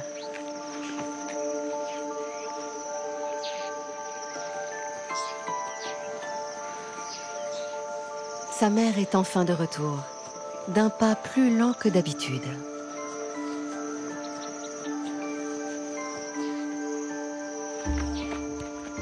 Habituellement, la léoparde s'empresse de rejoindre son fils, mais pas cette fois.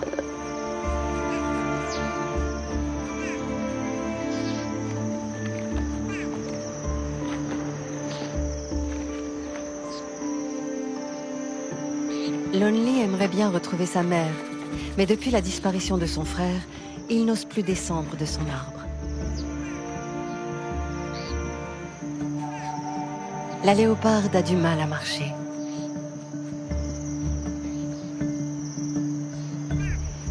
Elle porte une blessure à l'intérieur de la cuisse, probablement causée par un coup de corne.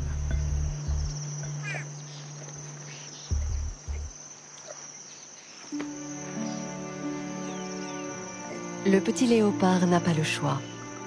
Il doit surmonter ses appréhensions et faire un grand saut dans le vide.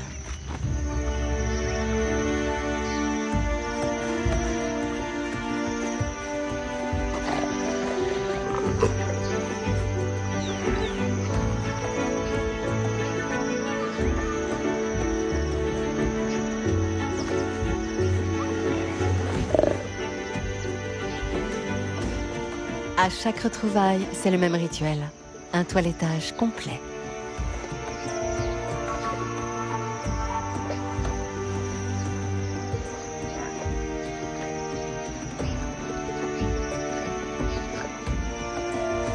Mais le petit léopard est trop excité d'être au sol pour se laisser faire. Il est enfin libre de tous ses mouvements.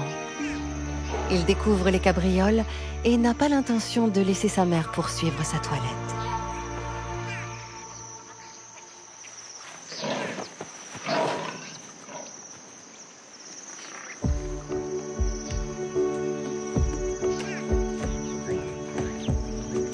c'est tellement plus simple de pouvoir faire ses besoins à terre.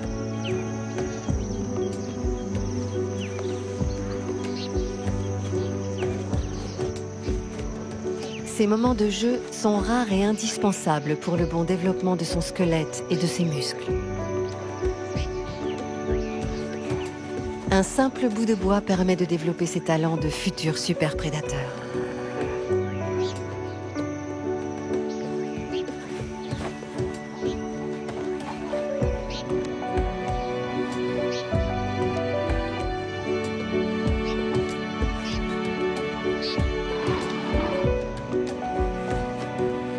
Lonely est l'unique survivant de la portée. Alors sa mère doit aussi endosser le rôle de frère et sœur et de fausse proie.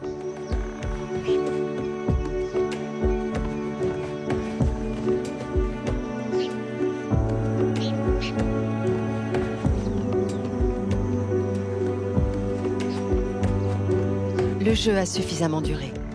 Des prédateurs rôdent dans les environs. Lonely doit regagner son refuge. Bien que blessé, sa mère lui montre la voie.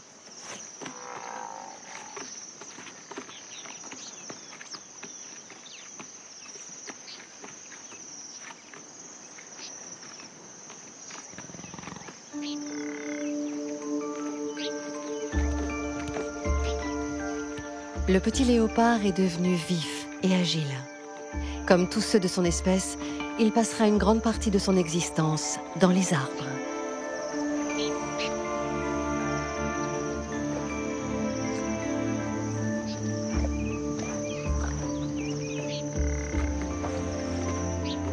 Cette nuit, sa mère ne repartira pas chasser. Elle a besoin de repos. Si sa plaie s'infecte, si elle ne se referme pas rapidement, elle n'aura plus la force de s'occuper de son fils.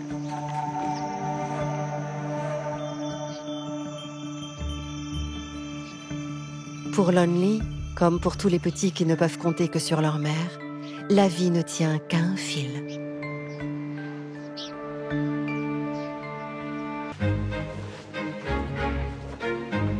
Pour nos éléphantos toujours bien entourés, grandir dans la savane est une expérience moins traumatisante que pour d'autres.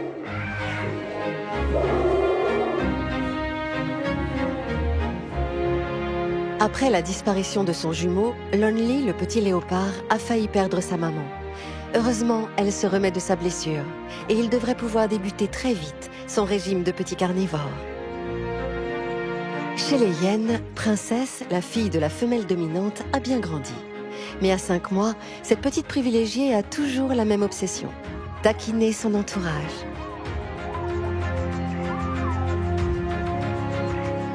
Chez les guépardos, les choses sérieuses commencent. Ils ont enchaîné les leçons de chasse et il est temps désormais pour ces jeunes prédateurs d'attraper une proie et de réussir sa mise à mort. Mais y parviendront-ils ? De leur côté, les suricates vont attaquer l'ultime phase de leur apprentissage, mais aussi la plus dangereuse, la chasse aux scorpions.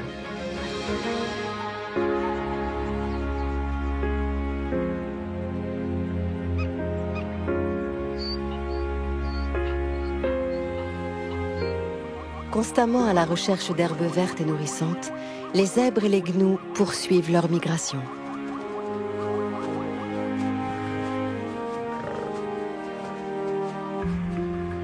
Le déplacement quotidien de leur garde-manger contraint les lionnes à de longues marches.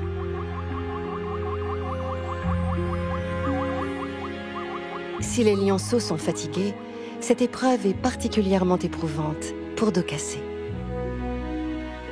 La petite lionne infirme n'a jamais renoncé à suivre sa famille, mais elle reste à la traîne.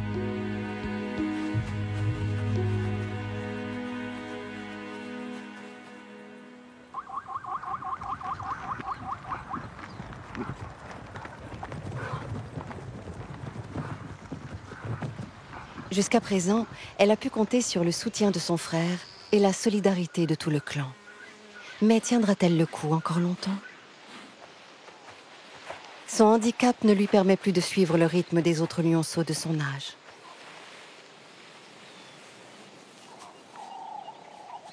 À 6 mois, ils sont curieux, pleins de ressources. et toujours prêts à s'entraîner pour devenir de super prédateurs.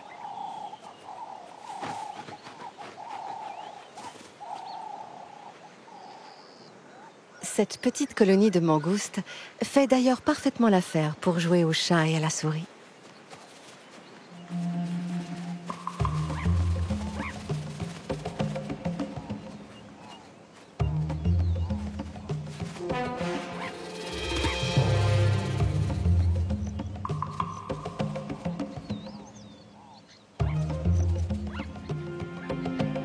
Les mangoustes sont vives, rapides et presque insaisissables.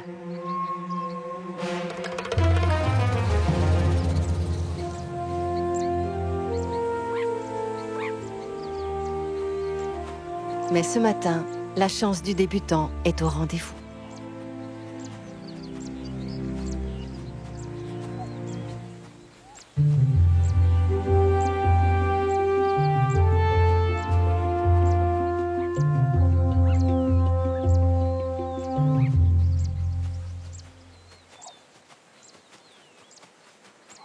Courir, bondir, fondre sur une proie ou se mêler au jeu des autres lionceaux, la petite lionne au dos cassé n'en sera jamais capable.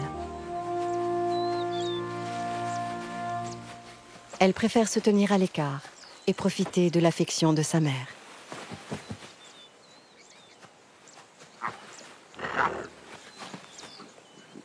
En attendant de participer aux chasses avec les adultes, mangoustes, insectes ou petits rongeurs sont de parfaits sujets d'entraînement.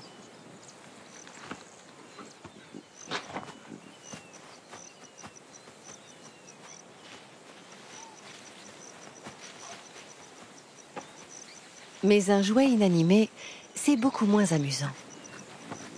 Surtout quand la chaleur grimpe et que l'on ne peut résister à l'irrésistible appel de la sieste.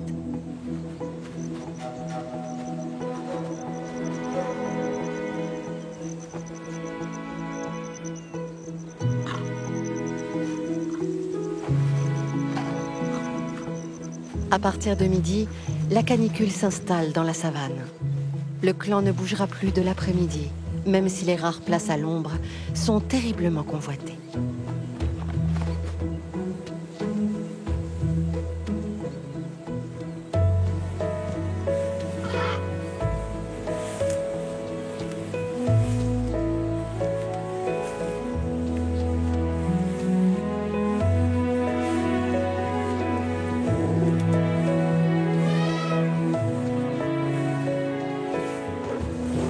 Les lionceaux n'ont pas à craindre notre présence.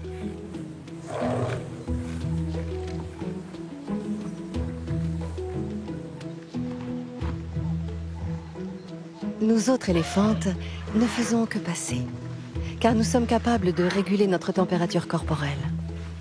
Il nous suffit de secouer les oreilles pour refroidir le sang qui y circule avant qu'il ne se diffuse dans tout notre organisme, comme un système de refroidissement.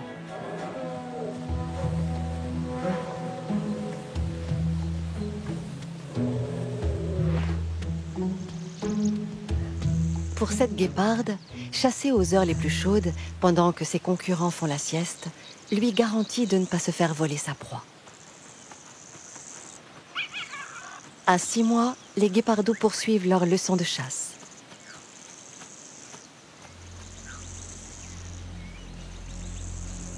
Règle numéro 1, choisir un individu isolé est souvent moins vigilant que les autres.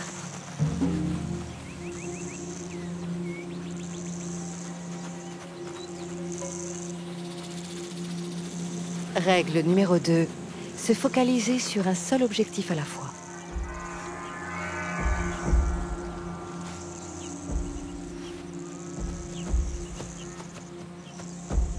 Règle numéro 3, s'approcher à moins de 50 mètres de la cible.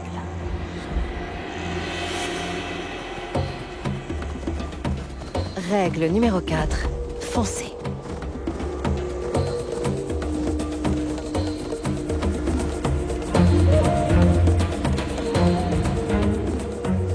La prédatrice est moins endurante que sa proie, mais c'est une sprinteuse extraordinaire, capable d'atteindre 110 km/h contre 90 pour une gazelle.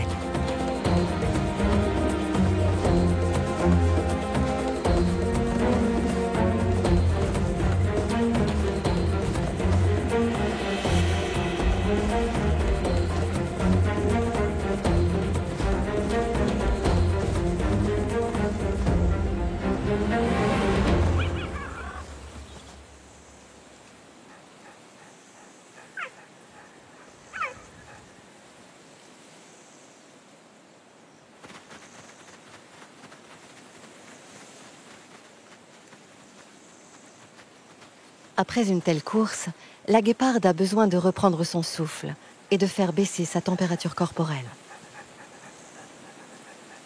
Les guépardos n'ont plus à attendre que leur mère entame la proie pour commencer le repas.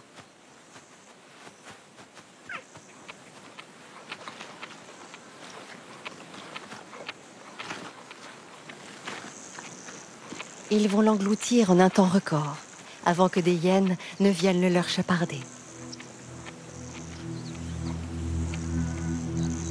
Ces charognardes sont capables de détecter une carcasse à plus de 3 km de distance.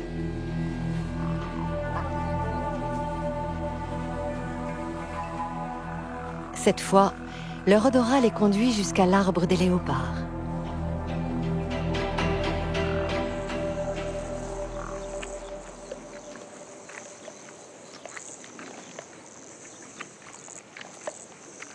À 2 mois et demi, Lonely sera bientôt sevré.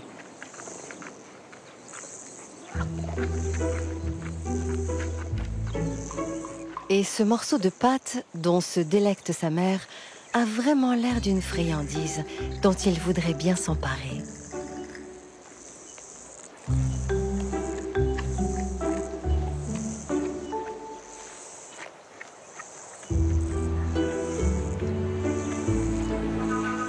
La léoparde a tué un gnou, dont les hyènes espèrent bien aussi profiter.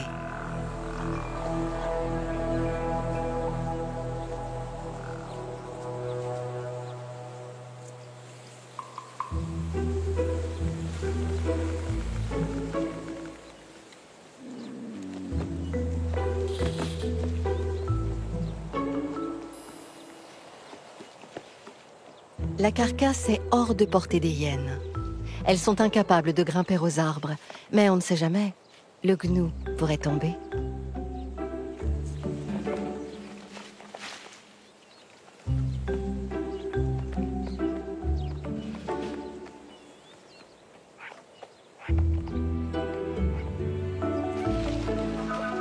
La léoparde n'a pas l'intention de partager sa proie avec les rôdeuses. Mieux vaut prendre ses précautions.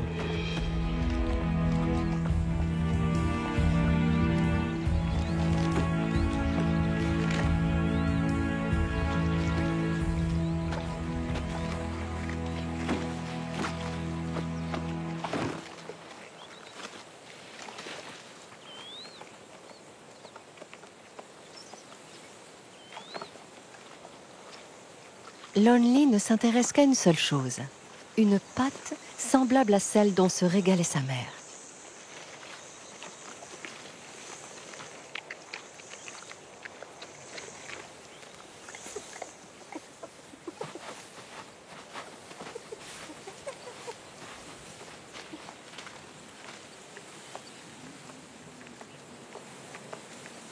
Les hyènes ne renoncent jamais.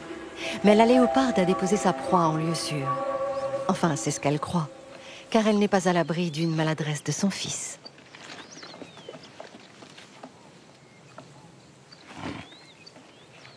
Lonely prend des risques. La carcasse est bien plus lourde que lui et pourrait le faire basculer dans le vide.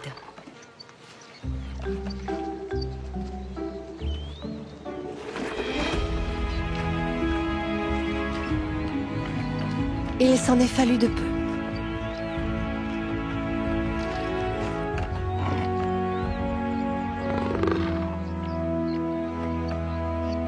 Finalement, le léopardo a obtenu ce qu'il voulait. Une délicieuse pâte à rogner.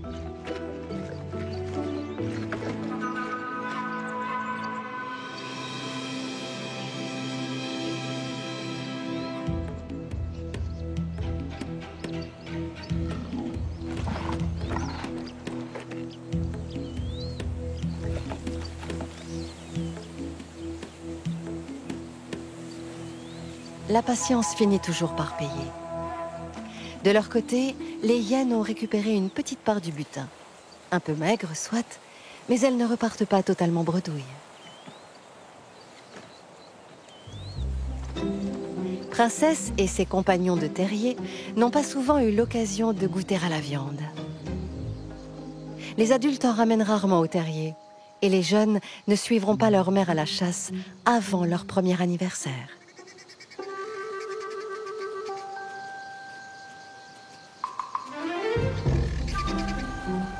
Les petites hyènes n'ont jamais quitté les limites de leur terrier. Si chaque nouveau visiteur attise leur curiosité, elles sont loin d'imaginer que ces pintades sont comestibles. Ces petits carnivores n'ont pas encore assisté à une partie de chasse.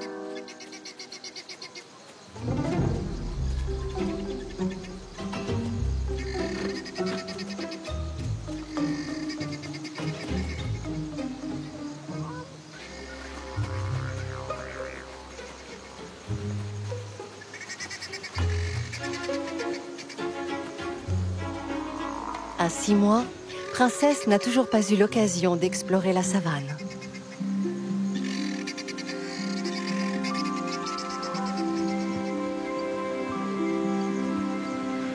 On ne peut pas en dire autant pour nos éléphantaux, qui parcourent inlassablement les grandes plaines depuis leur naissance, de jour comme de nuit.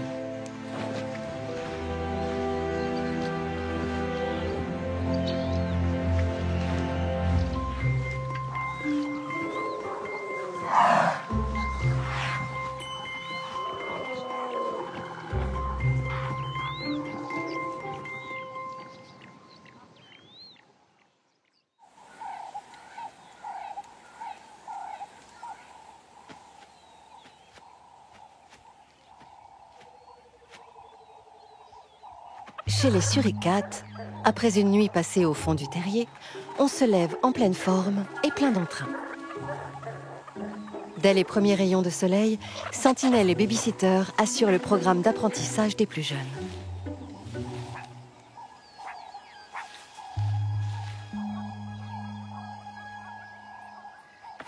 Ce matin encore, il s'agit de débusquer des insectes. Et il ne suffit pas de gratter en surface, il faut aussi creuser, parfois jusqu'à 10 cm de profondeur.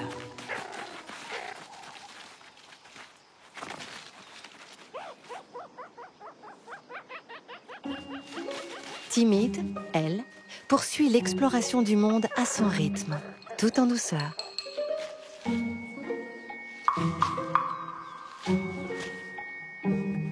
D'autres ont rapidement abandonné la leçon de chasse pour se chamailler.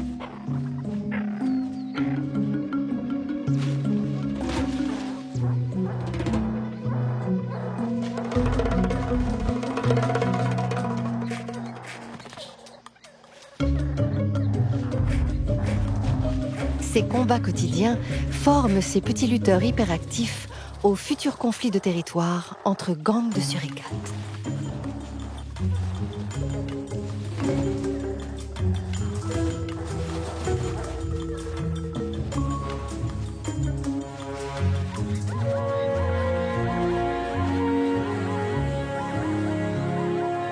Pendant ce temps, dans les grandes plaines, les colonnes de zèbres et de gnous poursuivent leur progression vers le sud. Les lionnes sont sur leurs traces, car bientôt, il ne restera plus que quelques herbivores sédentaires sur leur territoire.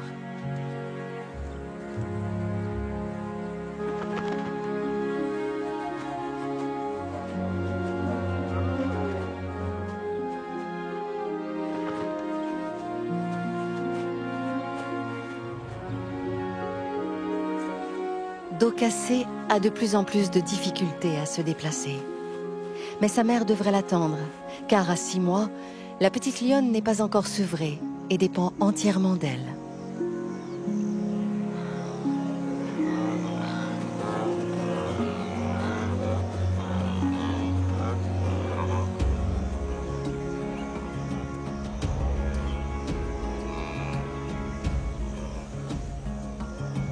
De son côté, avec 3 bouches à nourrir, la guéparde doit enchaîner les chasses.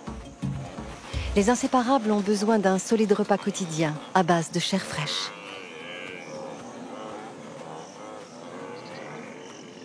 Leur mère n'est pas de taille à affronter un gnou pouvant peser 200 kilos.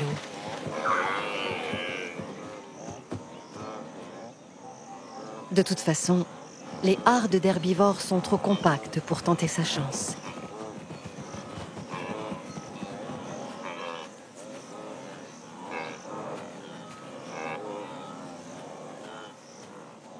La guéparde pèse moins de 40 kilos. Elle préfère s'attaquer à de petites antilopes, plus légères qu'elle.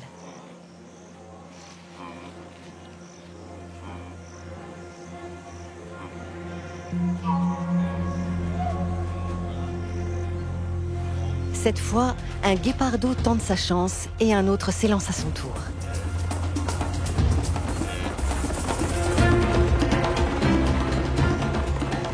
Leur mère ne perd pas une miette de leur première tentative de chasse.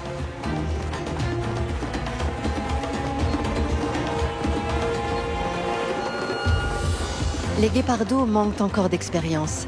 Alors leur mère prend le relais et leur montre une nouvelle fois l'exemple.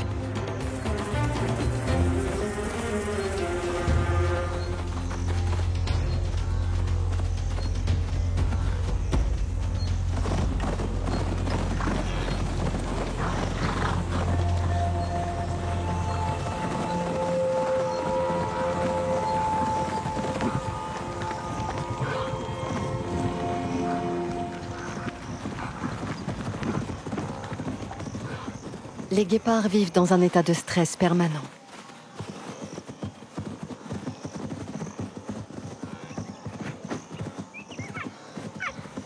Il n'y a pas une minute à perdre pour entamer la gazelle, avant que des piques-assiettes ou le déluge ne s'invitent au repas.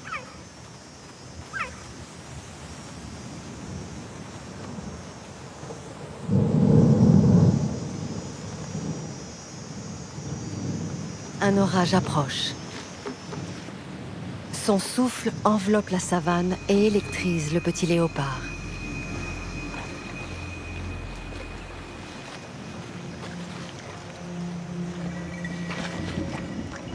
Toujours sur le qui-vive, la mère des 3 guépardos aperçut une présence.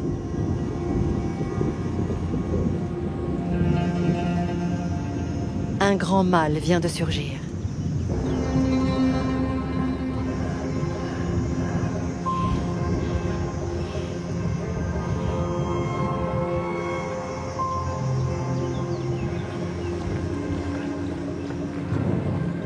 Du haut de cette termitière, il affiche clairement un air de défiance.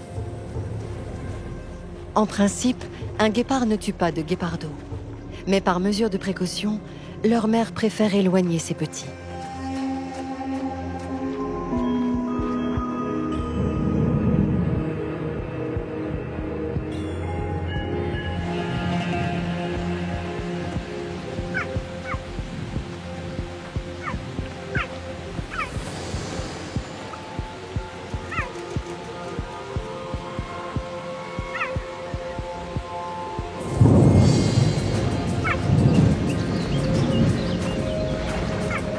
Les intentions de cet intrus ne sont pas claires.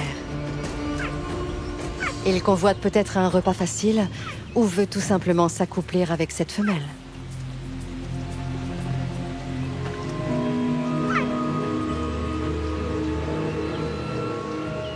Mais une guéparde n'est pas sexuellement réceptive quand elle élève des petits.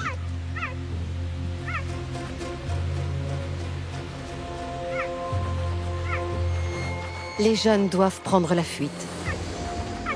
Elle aimerait en faire autant, mais il va continuer de la harceler pendant plus d'une demi-heure avant de renoncer.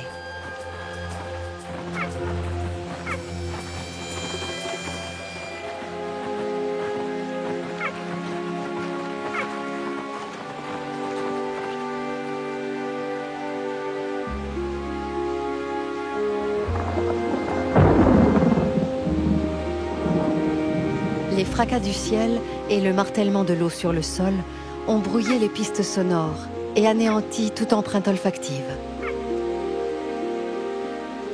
La guéparde a du mal à retrouver ses petits.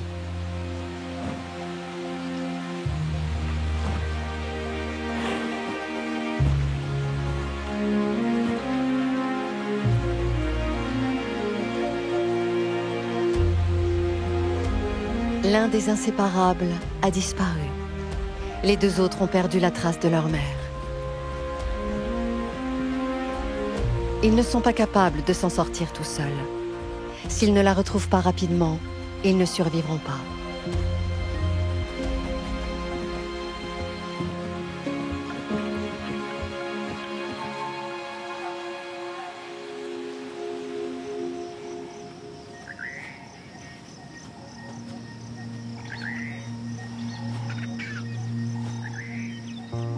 Dans le clan des lionnes, le même rituel se répète tous les matins.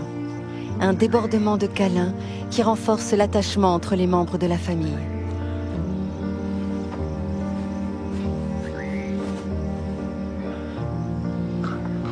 La petite lionne en a probablement plus besoin que d'autres. Son avenir est incertain. Ses muscles dorsaux ne sont pas assez développés pour lui servir de gaine de maintien.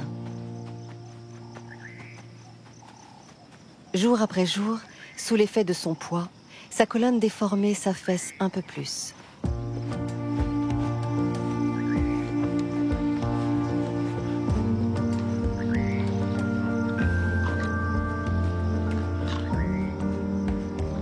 Heureusement, son frère n'est jamais loin pour la réconforter.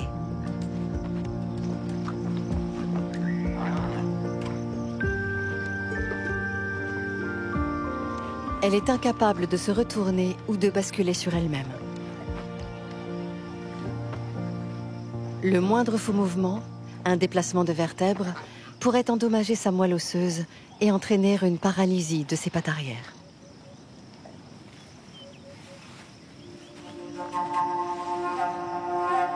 Malgré son handicap, elle s'accroche.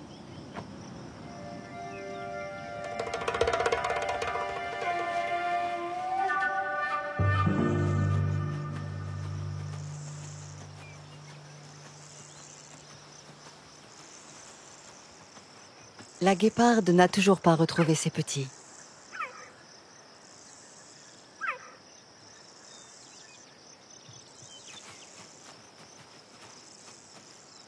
Dans la panique, les guépardos ont pris une mauvaise direction. Ils sont désorientés.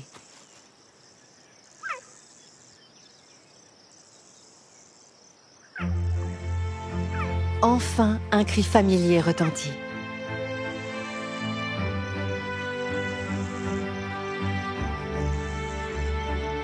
Épuisés après une matinée d'errance, les petits retrouvent finalement leur mère.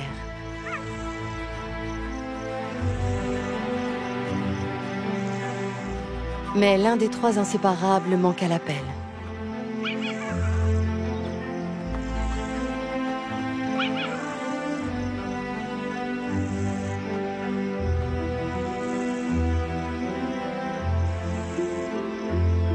Il a probablement été victime d'un lion ou d'une hyène.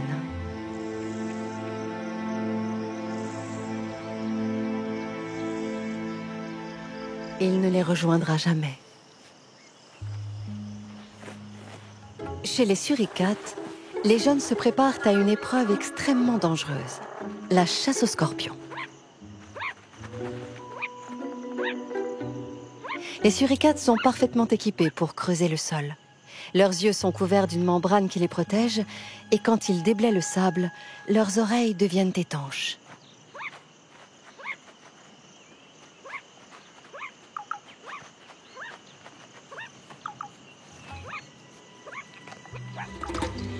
Enfin, un scorpion, l'étape ultime du cursus d'apprentissage. À 3 mois, ce petit téméraire n'est pas encore tout à fait au point. Heureusement, sa nounou intervient pour lui montrer comment arracher le dard sans se faire piquer.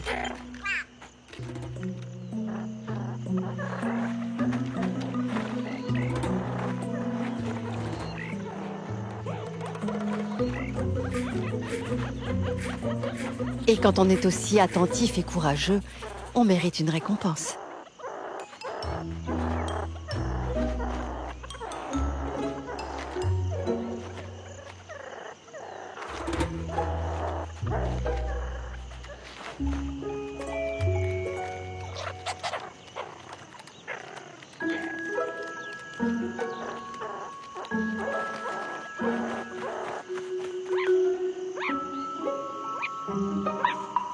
Dans quelques jours, les jeunes suricates pourront suivre les adultes à la chasse.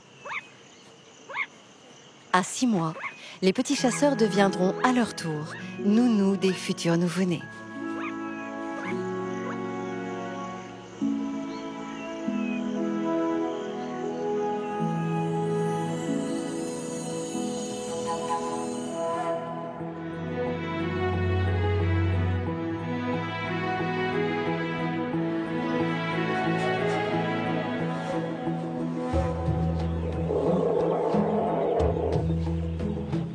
Dans la fraîcheur du petit matin, éléphant et impala profitent de la précieuse rosée qui enveloppe chaque brindille. Un bébé gazelle de Thomson vient de voir le jour. Il ne lui faut que quelques minutes pour trouver l'équilibre et téter.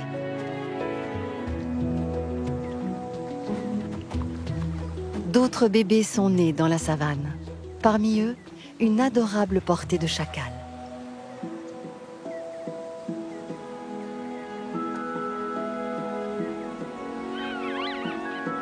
Ces petits ont passé les 3 premières semaines de leur vie auprès de leur mère, dans la tiédeur d'un terrier creusé sous une termitière. À 10 jours, ils ont ouvert les yeux et leurs dents de lait sont sorties. À 1 mois, ils sont déjà capables d'explorer les environs du terrier. Un grand frère est là pour veiller sur eux en attendant le retour de leurs parents, partis se ravitailler.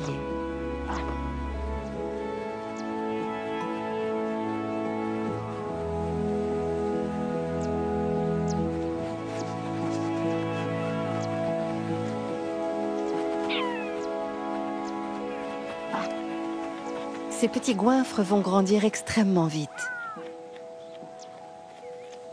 Mais ils ont encore tant de nouvelles créatures à découvrir.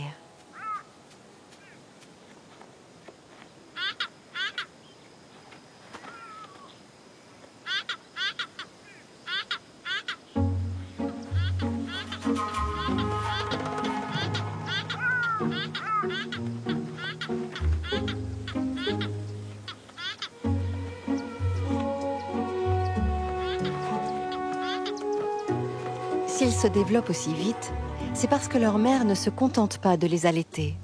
Elle régurgite aussi des bouts de viande qu'elle leur a réservés.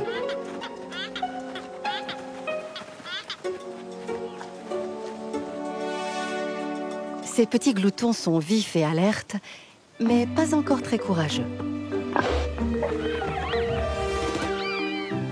Et dire que c'était juste un phacochère.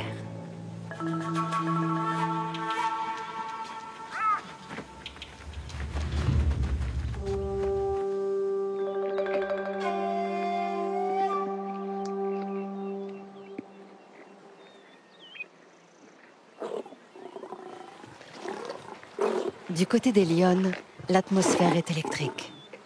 Ce matin, elles ont tué un énorme buffle, de quoi satisfaire pleinement l'appétit de tout le clan.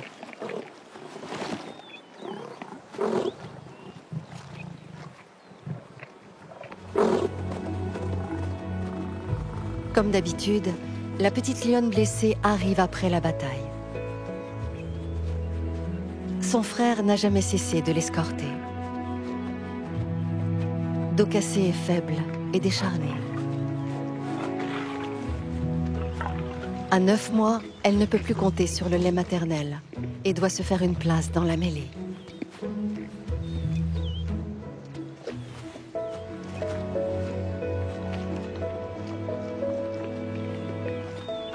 Mais elle doit attendre que les estomacs des adultes soient bien remplis et respecter la hiérarchie. D'abord les chasseuses, puis les autres femelles. Les jeunes passent en dernier et parmi eux, les plus forts se servent avant les autres.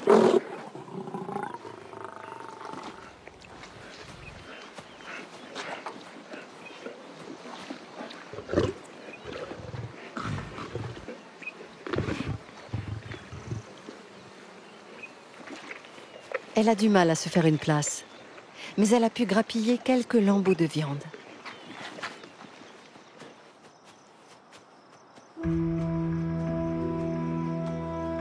Elle retournera se servir quand tous les autres seront rassasiés.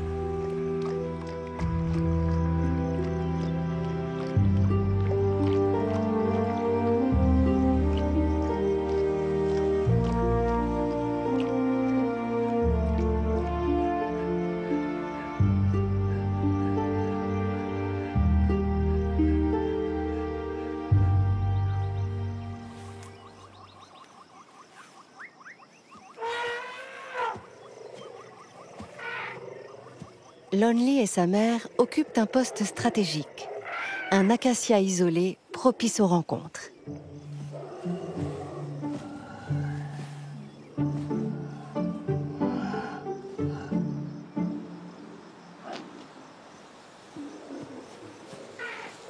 Nos éléphanteaux ont appris à serrer les rangs, et ils sont toujours bien entourés. De toute façon, la léoparde ne ferait pas le poids face à un groupe de mamans en furie.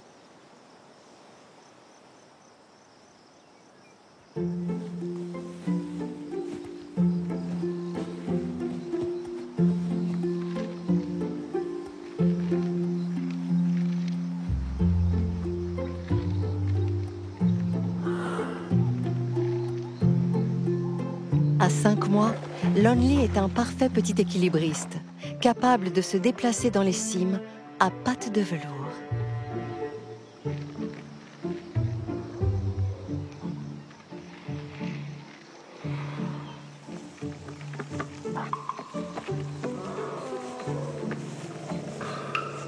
Sa mère continue d'encaisser les coups, mais sa patience a des limites.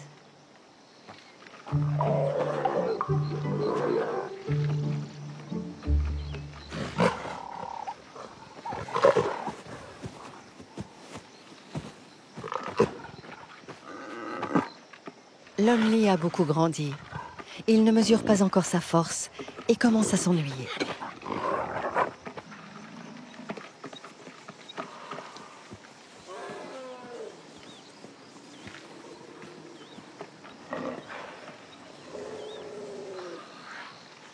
Ce n'est pas le cas pour nos éléphanteaux qui parcourent la savane, de jour comme de nuit.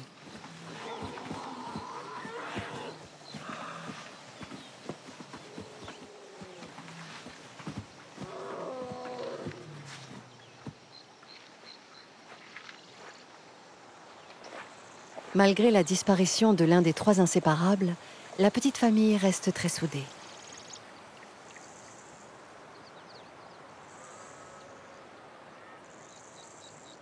À 9 mois, les jeunes ont réussi à surmonter de nombreuses épreuves.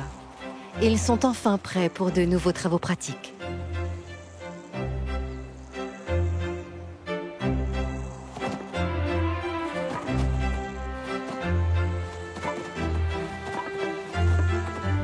Le programme du jour, effectuer une mise à mort.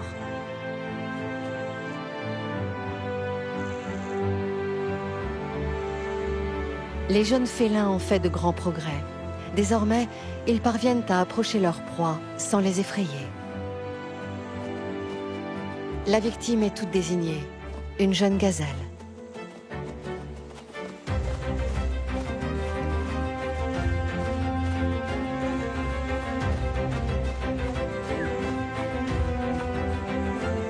Trop lent au démarrage, le guépardo se fait rapidement distancer.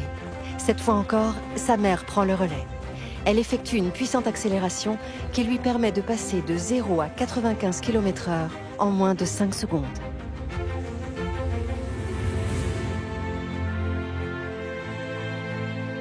Devenir un bon chasseur demandera encore de nombreux mois d'entraînement.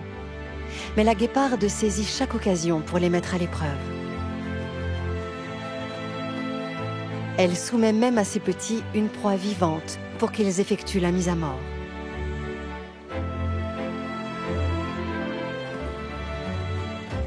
Et ce n'est jamais gagné.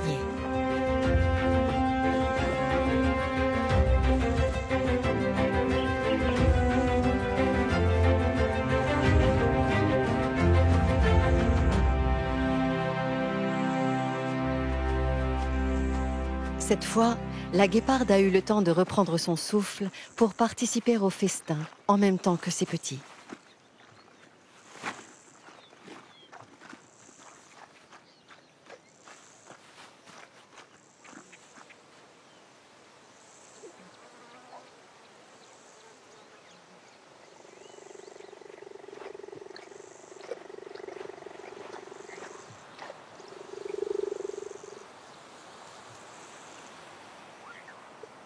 Les charognards n'ont pas tardé à s'inviter au banquet.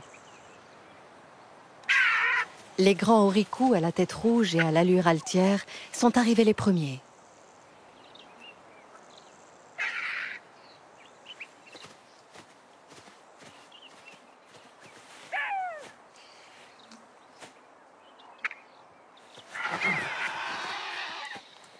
Les vautours africains, eux, attendent leur tour.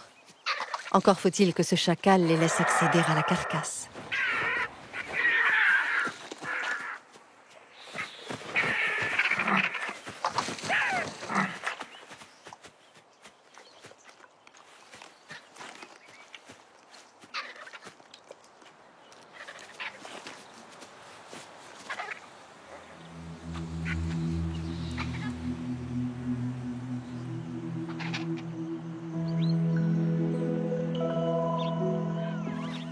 Les petits chacals peuvent compter sur leurs 2 parents pour s'occuper d'eux. Ce soir, pendant que leur mère assure la garde, leur père est allé chercher des provisions.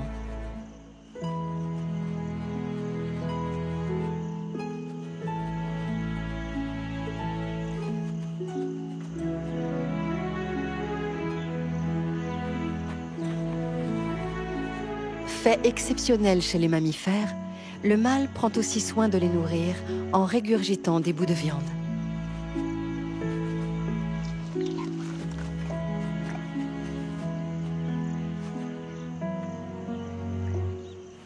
Les petits sont encore vulnérables. Ce terrier aux multiples issues offre un abri rassurant, même si parfois l'ennemi peut se montrer sournois et tenace.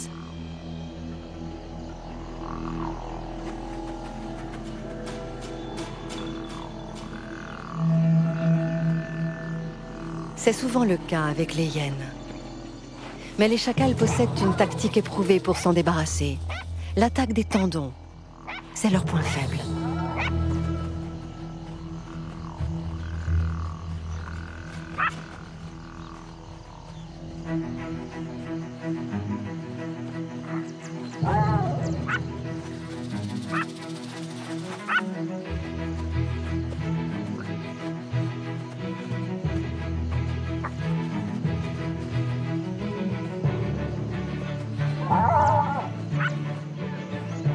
Jusqu'à ce qu'ils partent en exploration avec leurs parents, vers 3 mois et demi, les petits chacals profiteront de la sécurité du terrier, sans avoir à se soucier des cris de leurs ennemis.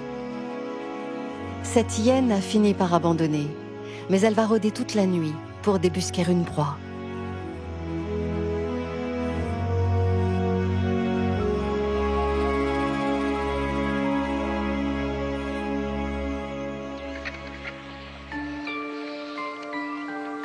Le jour révèle ce que les rôdeurs nocturnes ont commencé à dévorer.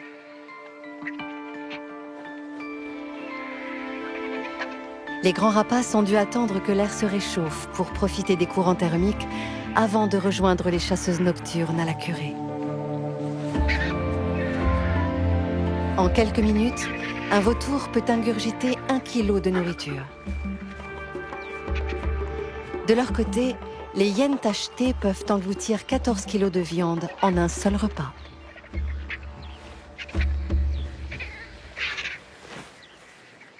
En moins de 2 heures, la centaine de charognards aura entièrement nettoyé ces 300 kilos de carcasses.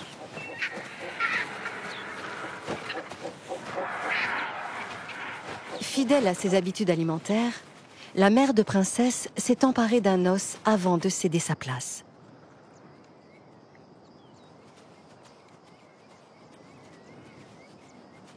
Car il est temps pour elle de découvrir le goût des os.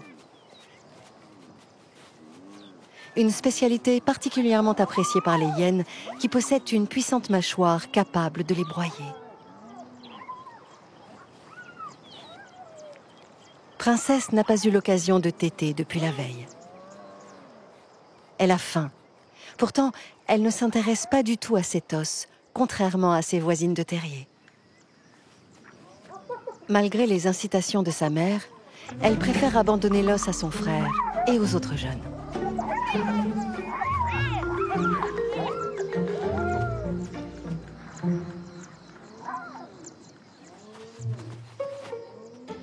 Durant les 7 ou 8 premiers mois de son existence, Princesse dépend exclusivement du lait maternel. Et elle sait très bien comment amadouer sa mère pour téter.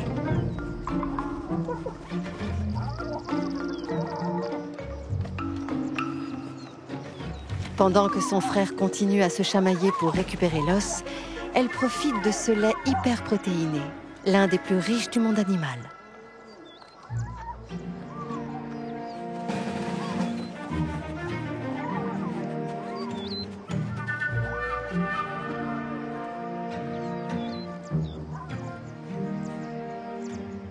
Après 8 mois assignés à résidence autour du terrier commun, bientôt le jour viendra où Princesse et son frère devront partir aux côtés de leur mère, découvrir le monde et apprendre à chasser.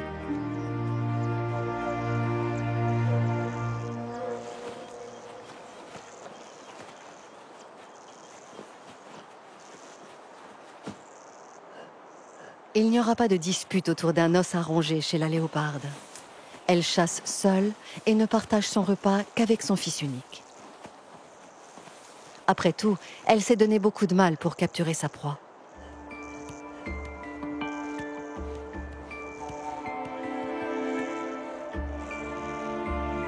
Sa victime est un jeune gnou d'une trentaine de kilos, au moins aussi lourd que sa prédatrice.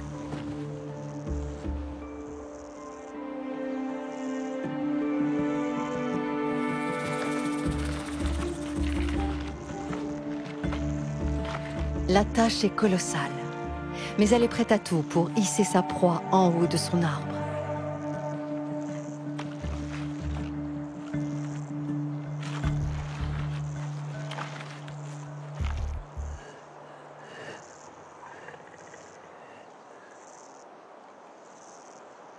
Elle a passé une bonne partie de la nuit en embuscade.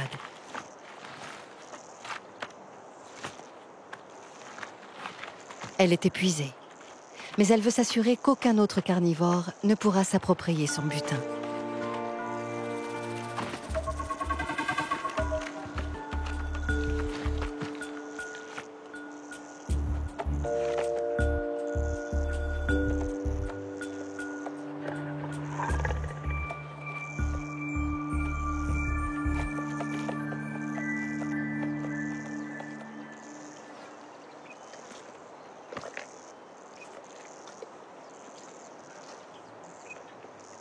À plus de 5 mois, Lonely pèse environ 8 kilos et peut dévorer jusqu'à 3 kilos de viande par jour.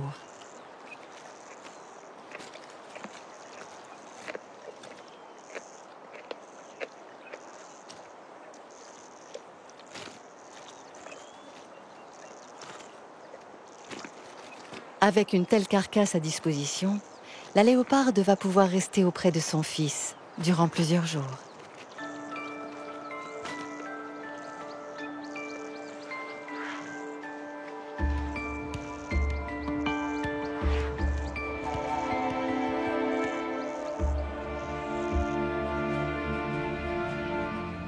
Dans la savane, de jour comme de nuit, il y a toujours des rôdeurs à la recherche d'une proie facile.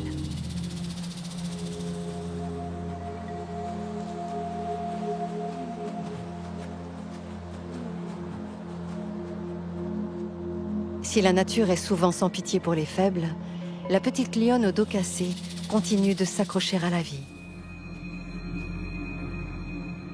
Habituellement, les lionnes ne s'encombrent pas d'individus blessés ou malades.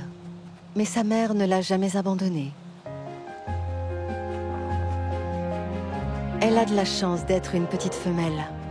Contrairement à ses frères qui devront un jour quitter le clan, elle pourra rester auprès des femelles et profiter de leur chasse.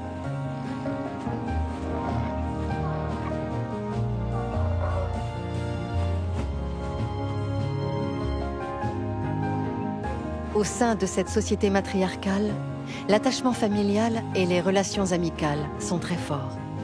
Les liens entre mère et fille peuvent durer toute une vie.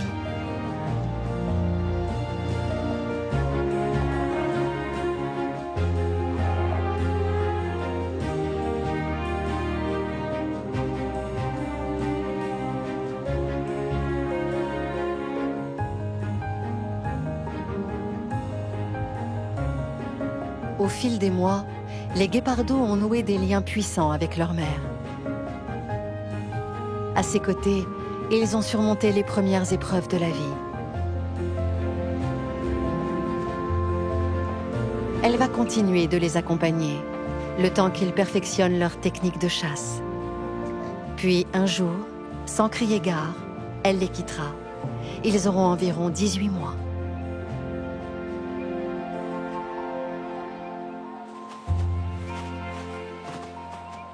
Le jeune léopard a lui aussi encore un long chemin à parcourir.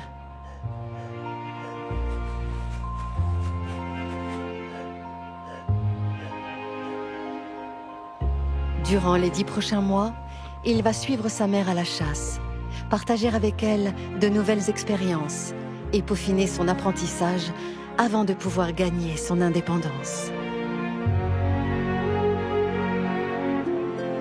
Nos éléphanteaux ne deviendront pas autonomes aussi rapidement. Ils vont rester à nos côtés durant une dizaine d'années. Puis, un beau jour, les jeunes mâles quitteront le clan pour vivre leur vie.